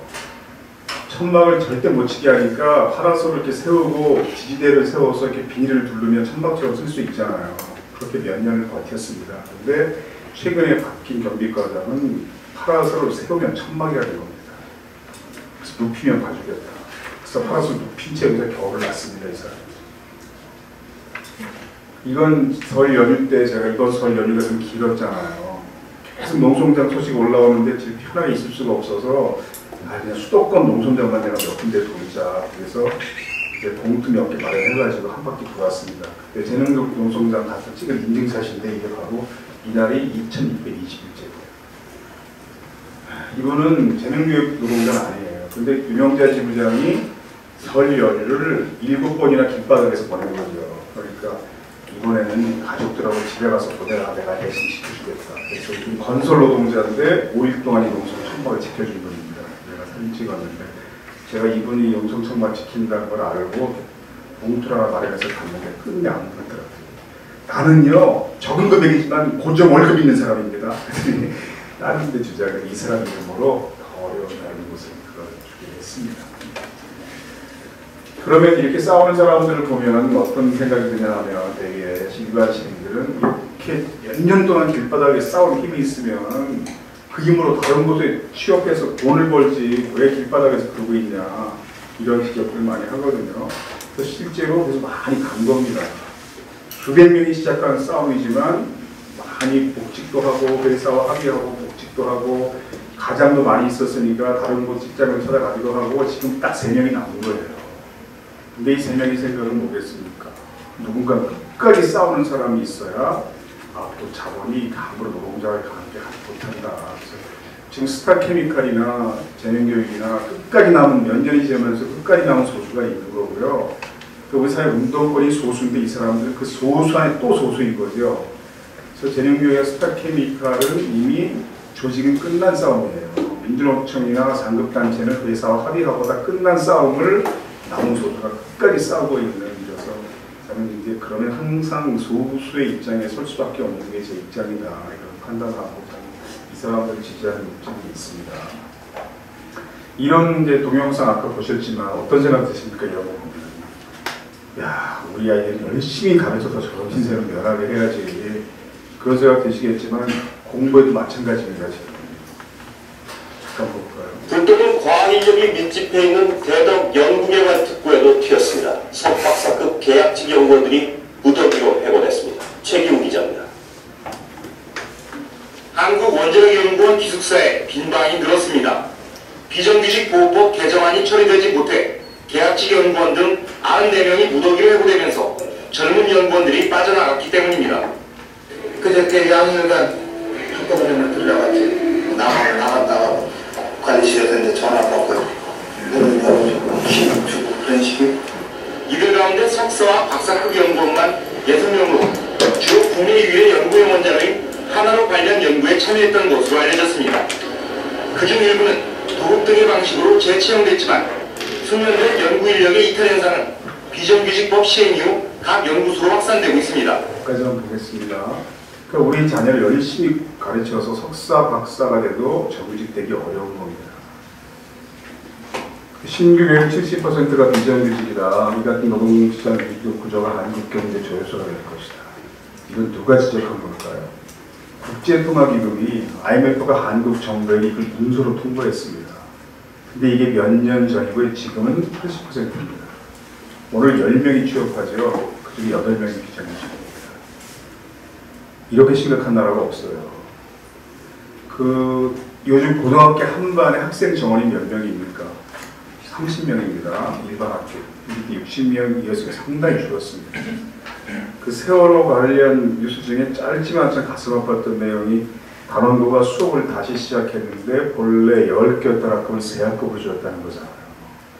그럼 7학급의 학생이 죽었다는 뜻입니다. 우리가 아직 친발을 원인도 모르고 있는 상황인데 제발 그만하자, 또 이런 사람들이 얼마나 많아요. 이걸 우리가 달고 다니는 거잖아요. 제가 지난번에 카센터에 빌렸더니 처음 들린 카센터 사장이 저에게 묻습니다. 이번이 무슨 뜻입니까? 세월호 참사 잊지 말자는 뜻입니다. 아유, 그런 것 같아서요.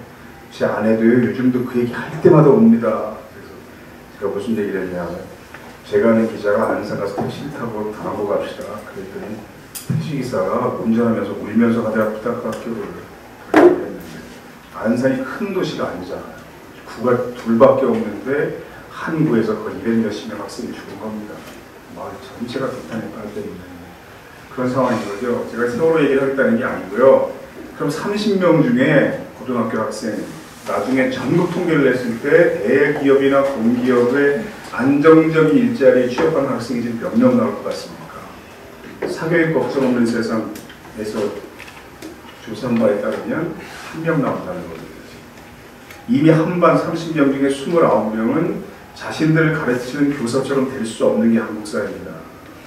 근데 우리 교육이라는 게 뭐냐면 이런 현실을 그대로 둔 채 열심히 노력해서 한 명이 되어라, 이거만 계속 가르치는 거죠. 우리가 하는 이런 일은 29명이 같이 행복한 사회를 만들자는 것이고, 이게 충분히 가능하고 그런 사회가 실제로 많이 있잖아요. 주류경제학 이데올로기를 무장한 세계에서 가장 보수적 집단인 국제금융자본조차 한국 사회에서 진보적으로 해야 할 정도로 한국의 비정규직 고용은 시장경제의 범위를 벗어나 버렸어요. 사회 전체로 수상까지 온 겁니다. 그래서 발생한 사건 중에 하나가 세월호 사건입니다. 세월호 숨은 29명 중 15명이 비정규직이었습니다. 핵심 부서는 70% 이상이 비정규직이었고요. 출항장에 채용돼 일자는 제도 가까운 데 계약하자는 말을 듣고 근로계약서 신청한 조기장도 있었습니다. 근로계약서는 요즘 편의점 알바 노동자들 체결합니다. 심지어 조기장은 기관의 관리직입니다. 이 사람은. 선장도 2년짜리 계약직이었죠. 조타수가 뭐하는 사람입니까? 직접 배 주정관 잡고 조정하는 사람입니다. 얼마나 중요한 직책입니까? 그 사람들도 6개월, 1년짜리 계약직이었습니다. 이 말은 자기 직장에 애정을 가질 수 없는 구조였다는 뜻입니다. 누가 세월호에 선언이 되고 일하다가 문제가 발견되면 이걸 개선해서 계속 일할 생각하는 것이 아니라 그냥 6개월만 무사히 때우고 더 좋은 직장을 가야 할 사람들입니다. 정규직과 비정규직에서 이름을 서로 몰랐습니다. 그 문제가 발생할 때 누구야 이렇게 불러서 업무 지시하기도 불가능한 상황이었다는 뜻이죠. 세월호 사건은 노동자에게 정당한 임금을 지불하지 않으려는 비정상적 경영이 물론 비롯됩니다. 그러니까 다른 나라는 노동법상 사용 제한 개념 이런 게 있어서 특별한 경우에만 비정규직을 시행하도록 허용한다고 그랬잖아요. 예전에 우리도 그랬고, 근데 지금은 비정규직이 확산된 이유가 그냥 기업의 노동 비용을 줄이겠다는 이유거든요. 가장 중요한 것은 기업이 인건비 지출을 줄여주겠다, 하도 어렵다 이러니까 그래서 확산된 거고, 지금 단기 계약직은 업종 제한이 없어요. 모든 직종에 단기 계약직을 채용할 수 있도록 되어 있습니다. 그러니까 제가 사장이어도 그분 비정규직 채용하죠. 법으로 규제하기 전에. 노동비용을 절약하는 방식만으로 이윤을 창출하는 한계 기업은 국가 경제나 경제 성장에 유익하지 않습니다. 제가 지금 여기 따옴표란 이유는요, 국가 경제나 경제 성장이 아주 보수적주의 경제학의 용어이기 때문이에요. 그런 보수적인 시각으로 보기에도 유익하지 않다는 겁니다. 정당한 임금을 지불하지 않는 비정상적 경영이 마치 정상적인 것처럼 용납되는 사회적서를 경제 염려증이라고 분석한 심리학자도 있습니다. 중국집 배달부가 음식값을 거들어 나갔는데요.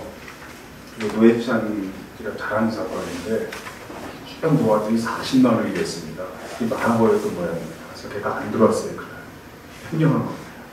며칠 뒤에 잡혀서 구속됐고 재판이 열려서 실형을 선고했습니다. 법원이. 근데 같은 법원이 수천을 횡령한 재벌회장에게 처벌을 면제하면서 떳떳하게 설명합니다. 판결문에. 경제적 영향이 염려되어 가벼운 처벌을 한다. 문제는 이게 사람들이 먹힌다는 거죠. 거의 대부분의 사람들에게. 아 그렇지. 재벌회장이 구속돼서 경제가 어려지면 내가 손해지. 배신도가 추락하면 내가 나도 손해지. 이게 경제 염려증이라는 겁니다. 경제 이윤 추구가 모든 인륜 도덕 가치 위에 군림하는 겁니다. 그러면 이게 부패한 권력이 사회를 지배하는 통치 수단이 될 수 있어요. 그럼 경제가 어려워져. 다 위축되는 거죠. 고분고분해지는 겁니다. 예전처럼 잡아다가 고문할 필요도 없이. 그러니까 박근혜가 세월호 사건에 대해서 경제가 어려워진다. 강조할 수 있는 겁니다. 이거. 여기서 박근혜 대통령과 붙여줘야 되나 정당끼리는 그래도 박근혜 대통령. 이날 9시 뉴스 보셨어요? 경제가 얼마나 어려워질 것인지를 기자들이 한 10분을 설명합니다. 각종 과장된 인터뷰와 자료를 사용해서 실제로 미친 영향이 별로 없잖아요. 세월호 사건이 한국 경제에. 그러니까 앞으로 미칠 것이다 라는 것을 막 협박하는 거죠. 이걸. 그러니까 가서 막 제발 그만하자 이런 사람들 나오고 단식하는 부모 앞에서 복식 투쟁하는 정신나간 사람들이 나오는 거잖아요. 이 나라 젊은이가 트위터에 쓴 글이 있는데 그냥 그대로 보여드릴게요. 욕설이 나오긴 하는데 언제 개새끼는 다 태어날 때부터 지금까지 살아있었던 적이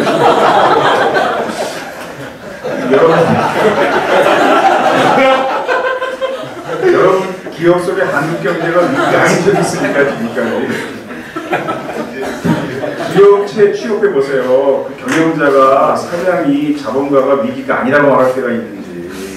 삼성전자가 지난 분기에 위기였잖아요. 왜 그랬습니까? 순이익이 4조 원밖에 안 나왔다고. 6조 원이 목표인데. 그러니까 경제의 의식을 계속 조하면서 노동자의 권리를 침탈할 수 있을 뿐 아니라 시민들이 저항하지도 않고 이게 사회를 지배하는 통치수단이 되는 겁니다. 그러면. 비정규직 관련법의 문제점, 현행 비정규직 관련법의 문제점 간단히 보겠습니다. 모든 업종에 2년 미만의 임시계약직을 쓸 수 있어요. 그러니까 단기 계약직, 임시계약직은 업종 제한이 없습니다. 정부와 기업은 4년으로 연장하라 이걸 요구하고 있는 거고요. 사용사유 제한 없이 무제한 허용하고 2년 지난 뒤 해고만 시행하고 영구 비정규직 아까 설명했죠. 근데 기업이 이 조항을 쉽게 회피할 수 있습니다. 어떻게 하면 돼요? 2년 될 때마다 해고하면 됩니다. 그러니까 실제로 여의도에 방송 3사가 다 있을 때 그 취재 차량 운전기사들, 예전에는 방송사가 채용한 운전기사들이었습니다. 그런데 방송사에, 언론사에 운전기사를 싼 값에 공급하는 용역회사가 생긴 거죠. 그래서 차량은 언론사 소유지만 운전하는 기사들은 대개 용역회사에 파견 나온 사람들입니다. 여의도의 방송 3사가 2년 될 때마다 운전기사를 서로 돌렸어요. 그래서 이렇게. KBS 좀 사람 MBC 보내고, MBC 좀 사람 SBS 보내고, SBS 좀 사람 KBS 보내고. 그럼 이 사람은 10년 동안 일해도 계속 비정규직입니다. 2년 될 때마다 이렇게 하면. 이건 굉장히 손쉬운 방지 장치가 있습니다. 그러니까 제가 참여정부에 섭섭한 게 딱 그거예요. 가장 섭섭한 게. 이거 쉬운 방지 장치가 있었거든요. 그래서 계속 그걸 주장했어요. 어떻게 하면 됩니까? 기업이 이렇게 회피하지 못하게 하려면 어떻게 하면 이건 입법 기법상 어려운 게 아닙니다.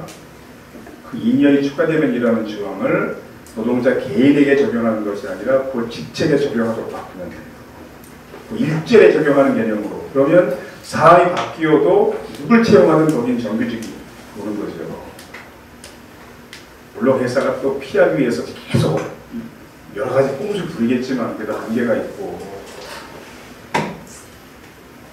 근데 이제 이모키원이 나는 그때 그런 얘기를 이제 노동계에서 하니까 뭐라고 얘기했냐면 참 그건 말 잘해.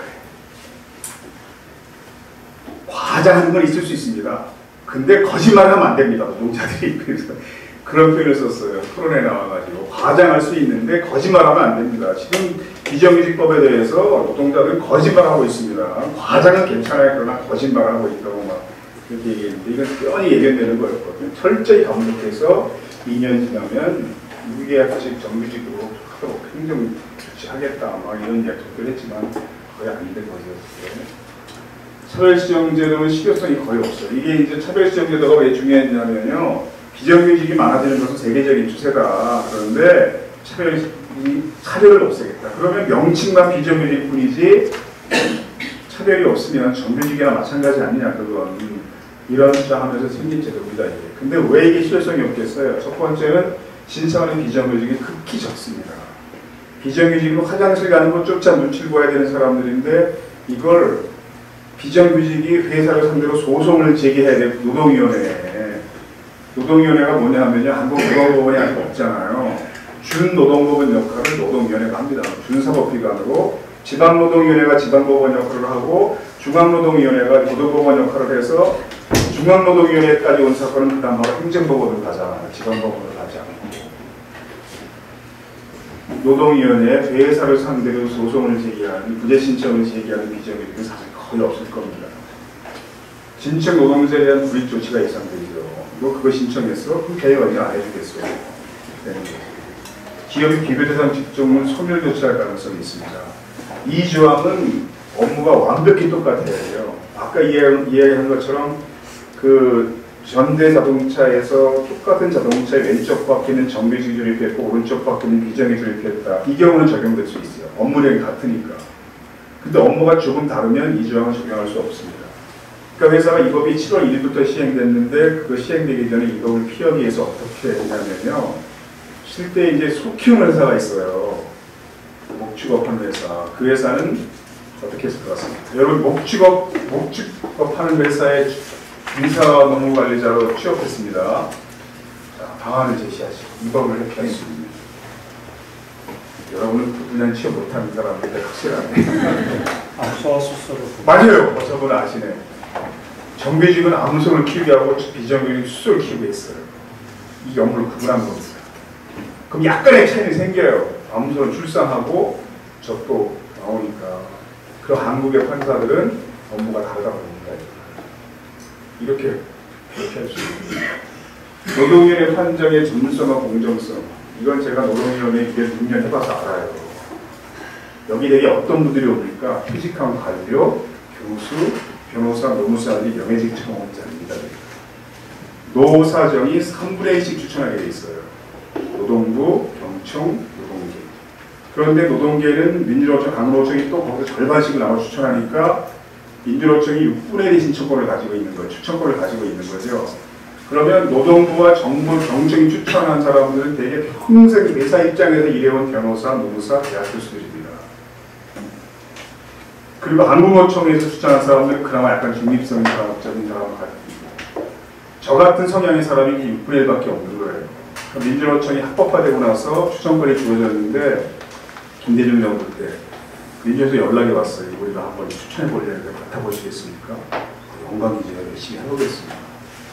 한 달쯤 지나서 다시 연락이 왔어요. 안 될 것 같습니다. 다른 사람 바꿔야 될 것 같습니다. 경청 노동부 너무 반대가 심해서요. 카소장은 안 될 것 같아요. 제가 그때 영무소 소장이었으니까. 빨리 다른 사람 바꿔 추천하라. 한 달 뒤에 다시 연락이 왔어요. 잘하면 될지도 모르겠습니다. 어떻게 된 건데 뭐라고 그랬을까 민주노총에서. 우리가 훨씬 더 센 사람으로 바꿨거든요.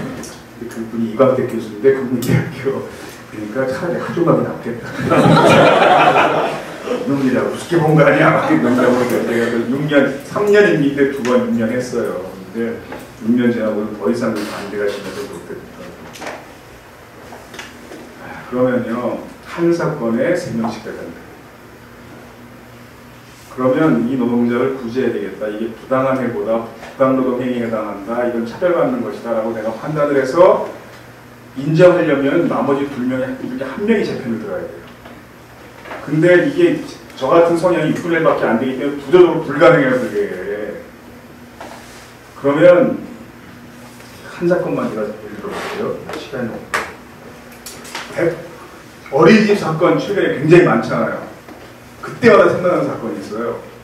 원래 어린이집을 어디서 운영하는 거였습니까? 전부 지방자치단체가 직접 운영하는 데였어요. 서울구청이 다 어린이집 운영했을 때는 어린이집 설립해가지고, 근데 이걸 아웃소싱 한 거잖아요. 다. 그러면 이제 이건 지방 토들은요, 이게 거의 황금알을 낳는 거이라고 생각해요. 자기 돈 전혀 안 들지요. 운영비 다 나오면서 자기가 이사장, 원장 명예를 가지게 되는 것이기 때문에 정말 이걸 선언합니다. 그래서 한 재단이 인수했어요. 거기 있던 교사들을 전부 1년 계약직으로 바꿔버렸습니다. 경력 6년 된 교사들입니다. 이건 불법이에요. 근데 나중에 이제 심판회가 열렸을 때 그 출석한 이사가 하는 말이 다른 곳은 다 해고했습니다. 그리고 완전 새로 뽑았어요. 우리는 종교재단이기 때문에 우리가 특별히 1년 계약직으로 바꿔준 겁니다. 부끄러움이 없습니다. 이렇게 말하면서 무식하면 용감하잖아요. 그래가지고 다 원래 해관의 원칙인데 우린 종교재단이기 때문에 이게 1년 계약직 바꾼 겁니다. 받아준 겁니다. 그게 어디나 원칙입니까? 참기 싫었는데 그 얘기는 빼고 그럼 이제 바꿔서 1년 계약직으로 전환하고 1년 지났어요. 어떻게 해야 됩니까? 계약 연장해야지. 다 연장되고 6년 동안 일한 여기서 한 명만 계약 연장이 거부됐어요. 이 교사가 너무 억울해서 아무 잘못이 없으니까 계속 출근했습니다. 출투한 거죠.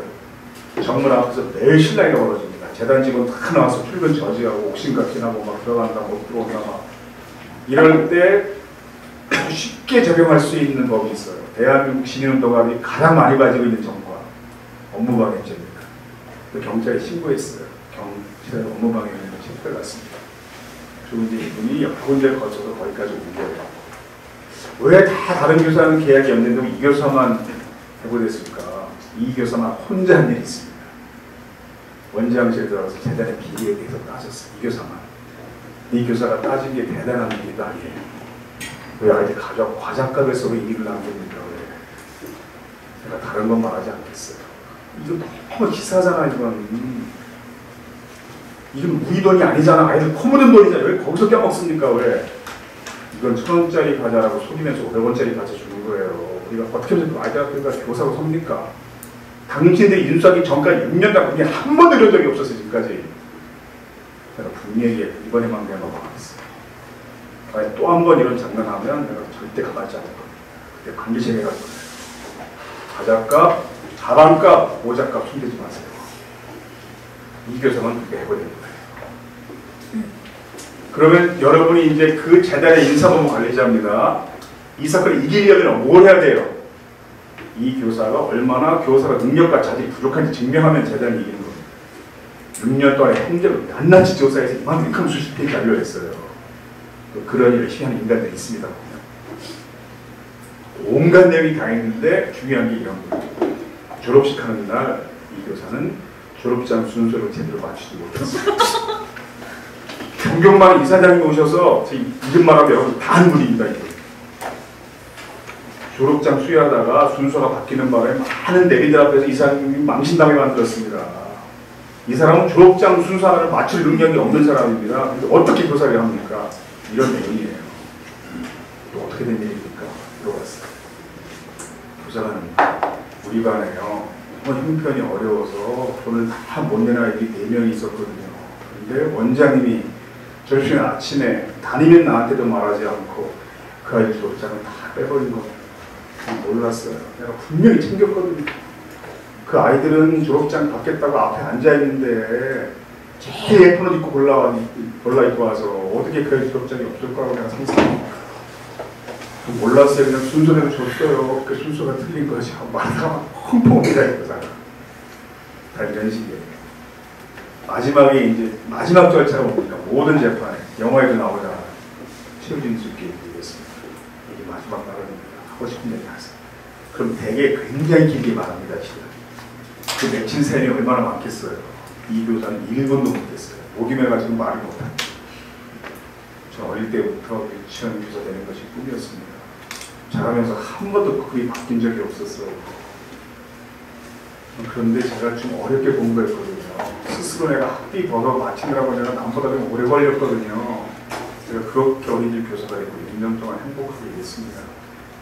근데 그날이요, 내가 아이들 다 보는 앞에서 잡혀갔거든요. 제가 선생님이 애들이 막 제가 잡혀가는 걸 다 보고 막 울고 그랬거든요. 빨리 돌아가야 돼요. 그러더니 말을 못하고 고개 숙이 가만히 있는데 막 눈물이 툭툭 떨어져요. 그래서 내가 이건 내가 꼭 이건 부담해보고 이겨야 되겠다. 밤새 싸워서라도 내가 인정해야 되겠다. 결심했어요. 나머지 한 분은 대학 총장 출신 은퇴한 교수님. 한 분은 평생을 회사일만한 오래한 공인놈입니다. 그러면 이런 사람들이 이런 사건에 대한 첫 번째 반응이 뭐일 것 같습니까? 제가 가장 많이 들었던 반응.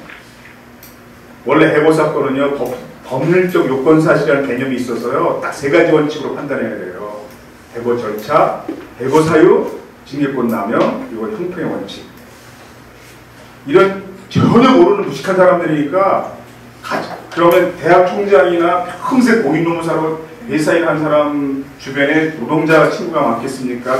경영자 친구, 자본가 친구가 많겠습니까? 거의 대부분 이런 말. 아유, 내가 원장이 되어서 하면 곤란하지. 아이고, 좀 껴먹었다고 따지고 뭐 어떻게 운영하나 그걸. 이게 가장 많은 반응이에요. 그래서 내가 뭐 어떻게 설득하나 그러다가 대학 총장은 한 번 총장은 영원히 총장이라고 죽을 때까지.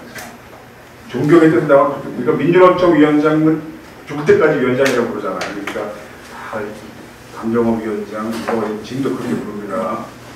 총장님, 총장 선생 아닙니까?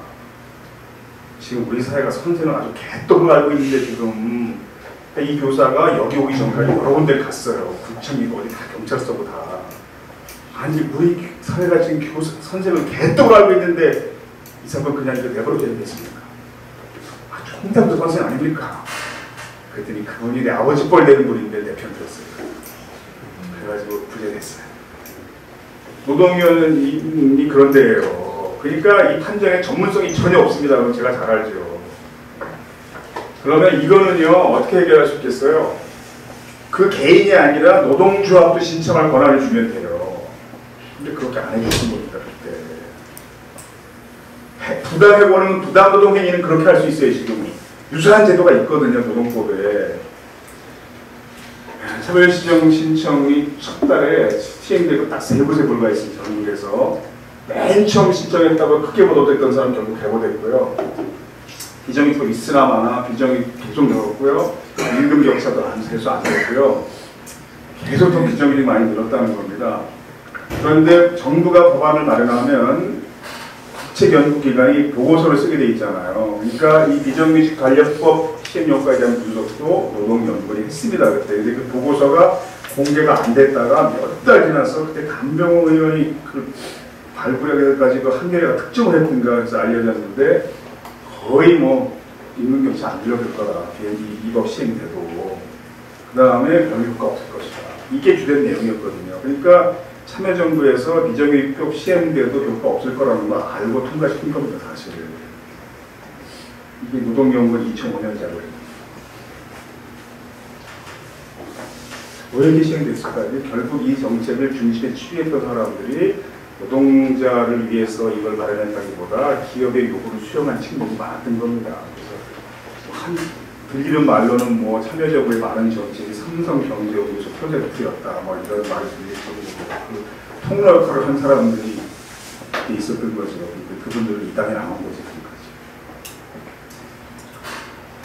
한국 경제 가장 큰 문제점은요, 국내 총생산 중 노동소득 비중이 지나치게 낮다는 겁니다. 갈수록 낮아집니다. 정부는 노동소득에 뭘 포함시키자고 주장해요. 한국은 다른 나라보다 어느 직종이 엄청나게 많습니까? 기업적으로. 자영업자. 이게 사회보장제도가 안 돼 있으니까 통닭집이라도 해야 되는 걸 퇴직하는. 그래서 정부는 노동소득에 자영업자 소득을 포함시키자고 주장해서 그렇게 통계를 뽑습니다. 근데 자영업자 소득을 포함시키든 안 시키든 중요한 문제는 갈수록 낮아진다는 거거든요. 지금. 한국 국내 총생산 규모가 세계 10위권, 4위, 4, 5위권이잖아요. 우리가 지금. 우리가 경제 규모는 굉장히 커요. 근데 그 중에 노동도 지금 너무 낮아요. 총소득, 가계소득, 기업소득 증가율 비교인데요. 한국 경제가 단군에 가장 잘 나갔다. 그 시기에는 세 가지 소득 증가율이 비슷했어요. 갈수록 기업소득만 많아지고 있어요. 지금. 여러분 잘 아시겠지만 참여정부의 각종 경제지표가 이명박 정부보다 훨씬 양호했어요. 그러니까 이명박 후보가 당선될 때 좌파 정권이 망친 경제만 살려라. 이건 사실 큰 착각이죠. 단적으로 참여정부 5년 동안 국가 부채가 얼마나 감소했습니까? 3조 6천억 원인가 감소했잖아요. 근데 이명박 정부 5조 6천 원이 3조 6천 원이죠. 6천억. 근데 이명박 정부 2년 동안 51조 원이 증가했잖아요. 국가 부채가. 실업률 2배 가까이 뛰었고요. 국민소득이 2만 달러에서 17,000달러로 추락했고 모든 경제 지표가 보면요. 참여정부는 정말 양호했어요. 경제 성장률 5년 동안 4.2%. 그때 선진 30개국 평균이 2.8%였습니다. 참여정부 기간 동안. 굉장히 높은 편이었습니다. 수출 증가율이 박정희 정권 이후 최고 기록이었어요. 그때가.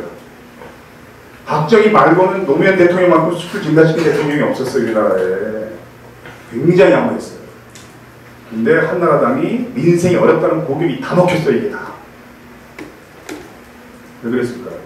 성장의 성과가, 경제 성장의 성과가 너무 기업 쪽에 취급입니다. 그러니까 서민이 실제 민생이 어려웠던 거죠. 그럼 어떤 결과가 생기냐면요. 이게 국민소득과 자살률 추인데요. 옅은 색점이 국민소득입니다. 짙은 색점이 자살률입니다. 국민소득이 올라가면 자살률은 내려가게 돼 있어요. 다 이렇게. 한국만 보세요. 국민소득이 올라가면 자살률이 같이 올라갑니다. 지금. 양극화, 그 다음에 아주 저열한 사회복지 때문이죠.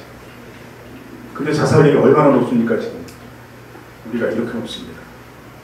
이게 한국입니다. 지금. 이게 여러분의 미래인 거지 말하자면. 이런 사회에서 연금을 낮춘다 이건 정신나간 짓이에요. 다른 부문에 너무 취약하니까 공무원 연금이 지금 특혜처럼 보이는 겁니다. 제가 볼 땐 그게 정상이에요. 세금이 많이 든다? 세금을 쓸 때는 써야 돼요. 그런데 쓰라는 게 제가 볼 때 세금인 거죠. 고용비 부가가치과 효과 분석 보면요. 부가가치과의 개수가 뭡니까? 경제 공부하신 분.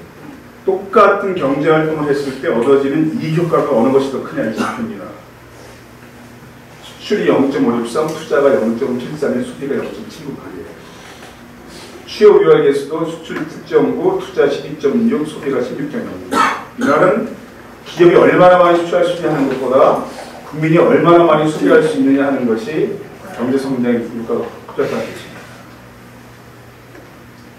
기업의 수출이 줄어드는 것보다 노동자 임금이 줄어드는 것은 더 많이 걱정해야 되는 상황입니다. 지금. 그러니까 소득 비중이 높아지려면 비정규직 차별을 철폐돼야 돼요.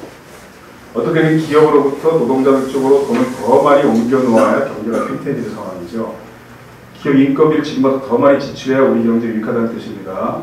비정규직뿐 아니라 정규직 노동소득도 더 많아져야 돼요. 기회기업 노동자 고임금을 문제 삼으면서 하향 평등할 것이 아니라 비정임금을 더 빠른 속도로 올려 정규직과 차이를 높이는 상향 평등을 해야 우리 경제가 유익합니다. 근데 국민 정서가 대기업 정규직이 너무 기득권자라는 생각 가지고 있어서 전술적으로 대기업 노동자 임금을 양보해야 하는 선택을 민주노총이 할 수밖에 없는 상황입니다. 지금. 내가 볼 때 옳은 건 아니에요. 그럼 전술적으로 그 고민을 해야 되는 상황이죠. 정당한 임금을 지불할 능력이 없는 한계 기업들은 시장에 퇴출시키는 것이 오히려 결정한 시장 경제입니다. IMF가 2012년 10월 달에 비정규직 차별을 없애면 10년간 연평균 2.1%씩 성장할 것이다. 이런 평가가 됐습니다. 이건 엄청난 수치입니다. 이거 0.1% 가지고 얼마나 벌벌 겁니까? 한국은행이. 비정규직 차별 없애는 것만 가지고 10년 동안 연평균 1.1% 성장할 것이다. 이건 엄청난 수치예요. 이게 무슨 뜻일까요?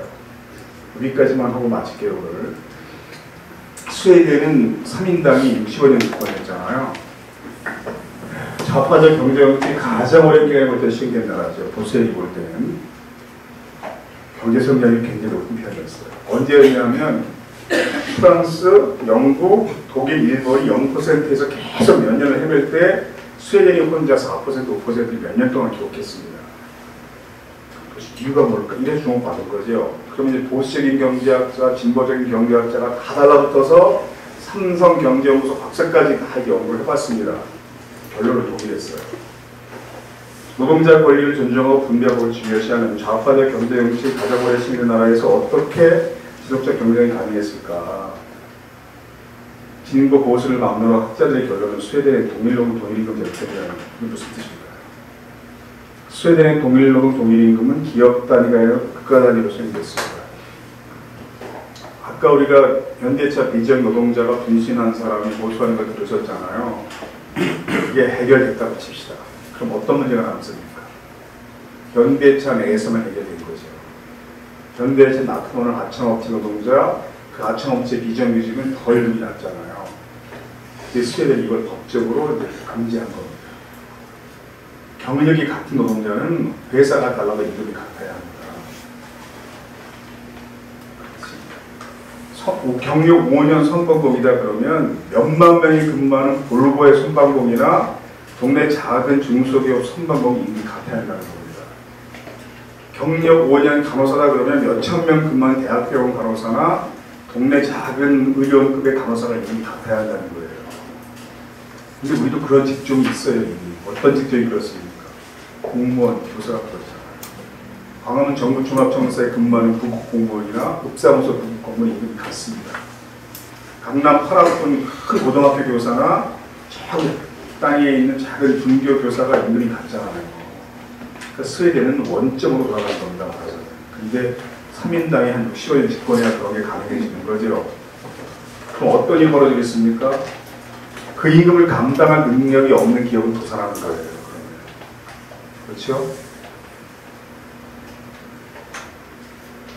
기업들은 노동자에게 정당임을 지불하면서 고부가 가치로 경쟁력을 유지하는 방향을 전환할 수밖에 없습니다. 동일노동 동일임금 제도가 기업들의 선진화를 강제하는 효과를 발휘했다는 거죠. 이건 진보적인 경제학이 아니라 철저한 시장 경제입니다.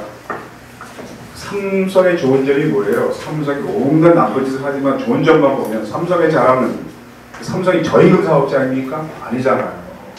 우리 최고의 임금을 지불하면서 고부가 가치를 경쟁하겠다는 거잖아요. 그러니까 이런 제도가 시행되면 기업을 빨리 삼성 체제로 바꾼다는 겁니다. 말하자면. 그렇게 바뀌지 못하는 기업은 도태된다는 거죠. 한국 경제는 저임금 경쟁이 더 이상 국가 경제에 도움이 되지 못한다는 게 그렇습니다. 성경에서 안전망적으로 나오고 있어요. 이게 무슨 뜻일까요? 이런 제도가 도입됐을 경우에 스웨덴은 우리 결정적인 차이가 있습니다. 스웨덴은 경쟁력이 없어서 도산하는 회사에서 실직하는 노동자에 대한 사회 안전망이 있습니까? 없습니까? 거의 완벽하게 있어요. 그게. 그게 없는 겁니다. 그러니까 우리가 쟁취할 방향은 명백히 두 가지예요. 저임금을 철폐하면서 사회 안전망을 마련해야 됩니다. 두 마리 토끼를 잡아야 되는 거예요. 방향은 확실한데 방법은 굉장히 어려운 거죠. 지금. 동일임금이 노동력을 저하시키고 인플레이션, 실업률 등의 부작용이 있다. 스웨덴 방식에 대해서 이런 비판을 많이 합니다. 70년대에 좀 쇠퇴하고 있다. 그래서 통계적으로 볼 때 스웨덴병 복지과의 사망 이런 결과를 했고 실질 GDP 증가율도 이렇게 낮았다. 이런 주장을 많이 합니다. 이런 방안에 대해서. 그러면 이게 좀 일리가 있다고 쳐도요. 사실 일리는 없어요. 왜냐하면 요즘 스웨덴 모델이 부활이라는 말이 사용되고 있고 길게 따져보면 결국 스웨덴 방식이 미국 방식보다 여력이 없습니다. 경제 성장률로 따져도. 근데 왜 자꾸 유럽 얘기를 하냐 왜 자꾸 네덜란드 모델 스웨덴 얘기를 하냐 왜 여기 한국인데 그 나라가 다 그 문제점을 인식하고 방향을 바꿨는데 지금 방향을 약간 바꾸긴 했어요. 근데 그 바꾼 방향이 우리가 지금 보기에는 바꾼 것도 엄청난 거죠 사실. 이건 복지가 그렇잖아요. 복지병 때문에 지금 유럽이 복지를 낮추고 있다. 이게 세계적 추세니까 우리도 낮춰야 돼. 이건 정신나간 짓이잖아요. 낮춘 복지가 우리 몇 배인데 지금.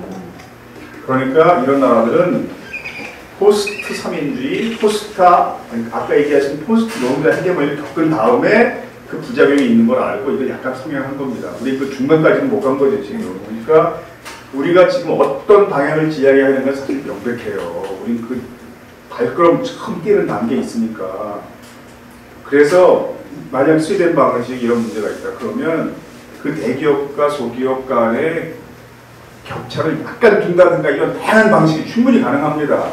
스웨덴처럼 이렇게 막 완벽하게 일치하려고 노력할 많이 훼손되긴 했어요. 스웨덴 지금은 약간 기업 간 격차가 생기긴 했어요. 그러니까 만약 그 부작용이 걱정된다면 부작용이 좀 적은 방식으로 약간의 차이를 둘 수 있도록 한다든가 여러 가지 다양한 방식이 있는 거죠. 이제 이런 비판들은 그걸 결국 기업이나 부유층이 더 많은 비용을 지출하기 싫어서 내는 핑계일 뿐이지 합리적이지 못하다는 거죠.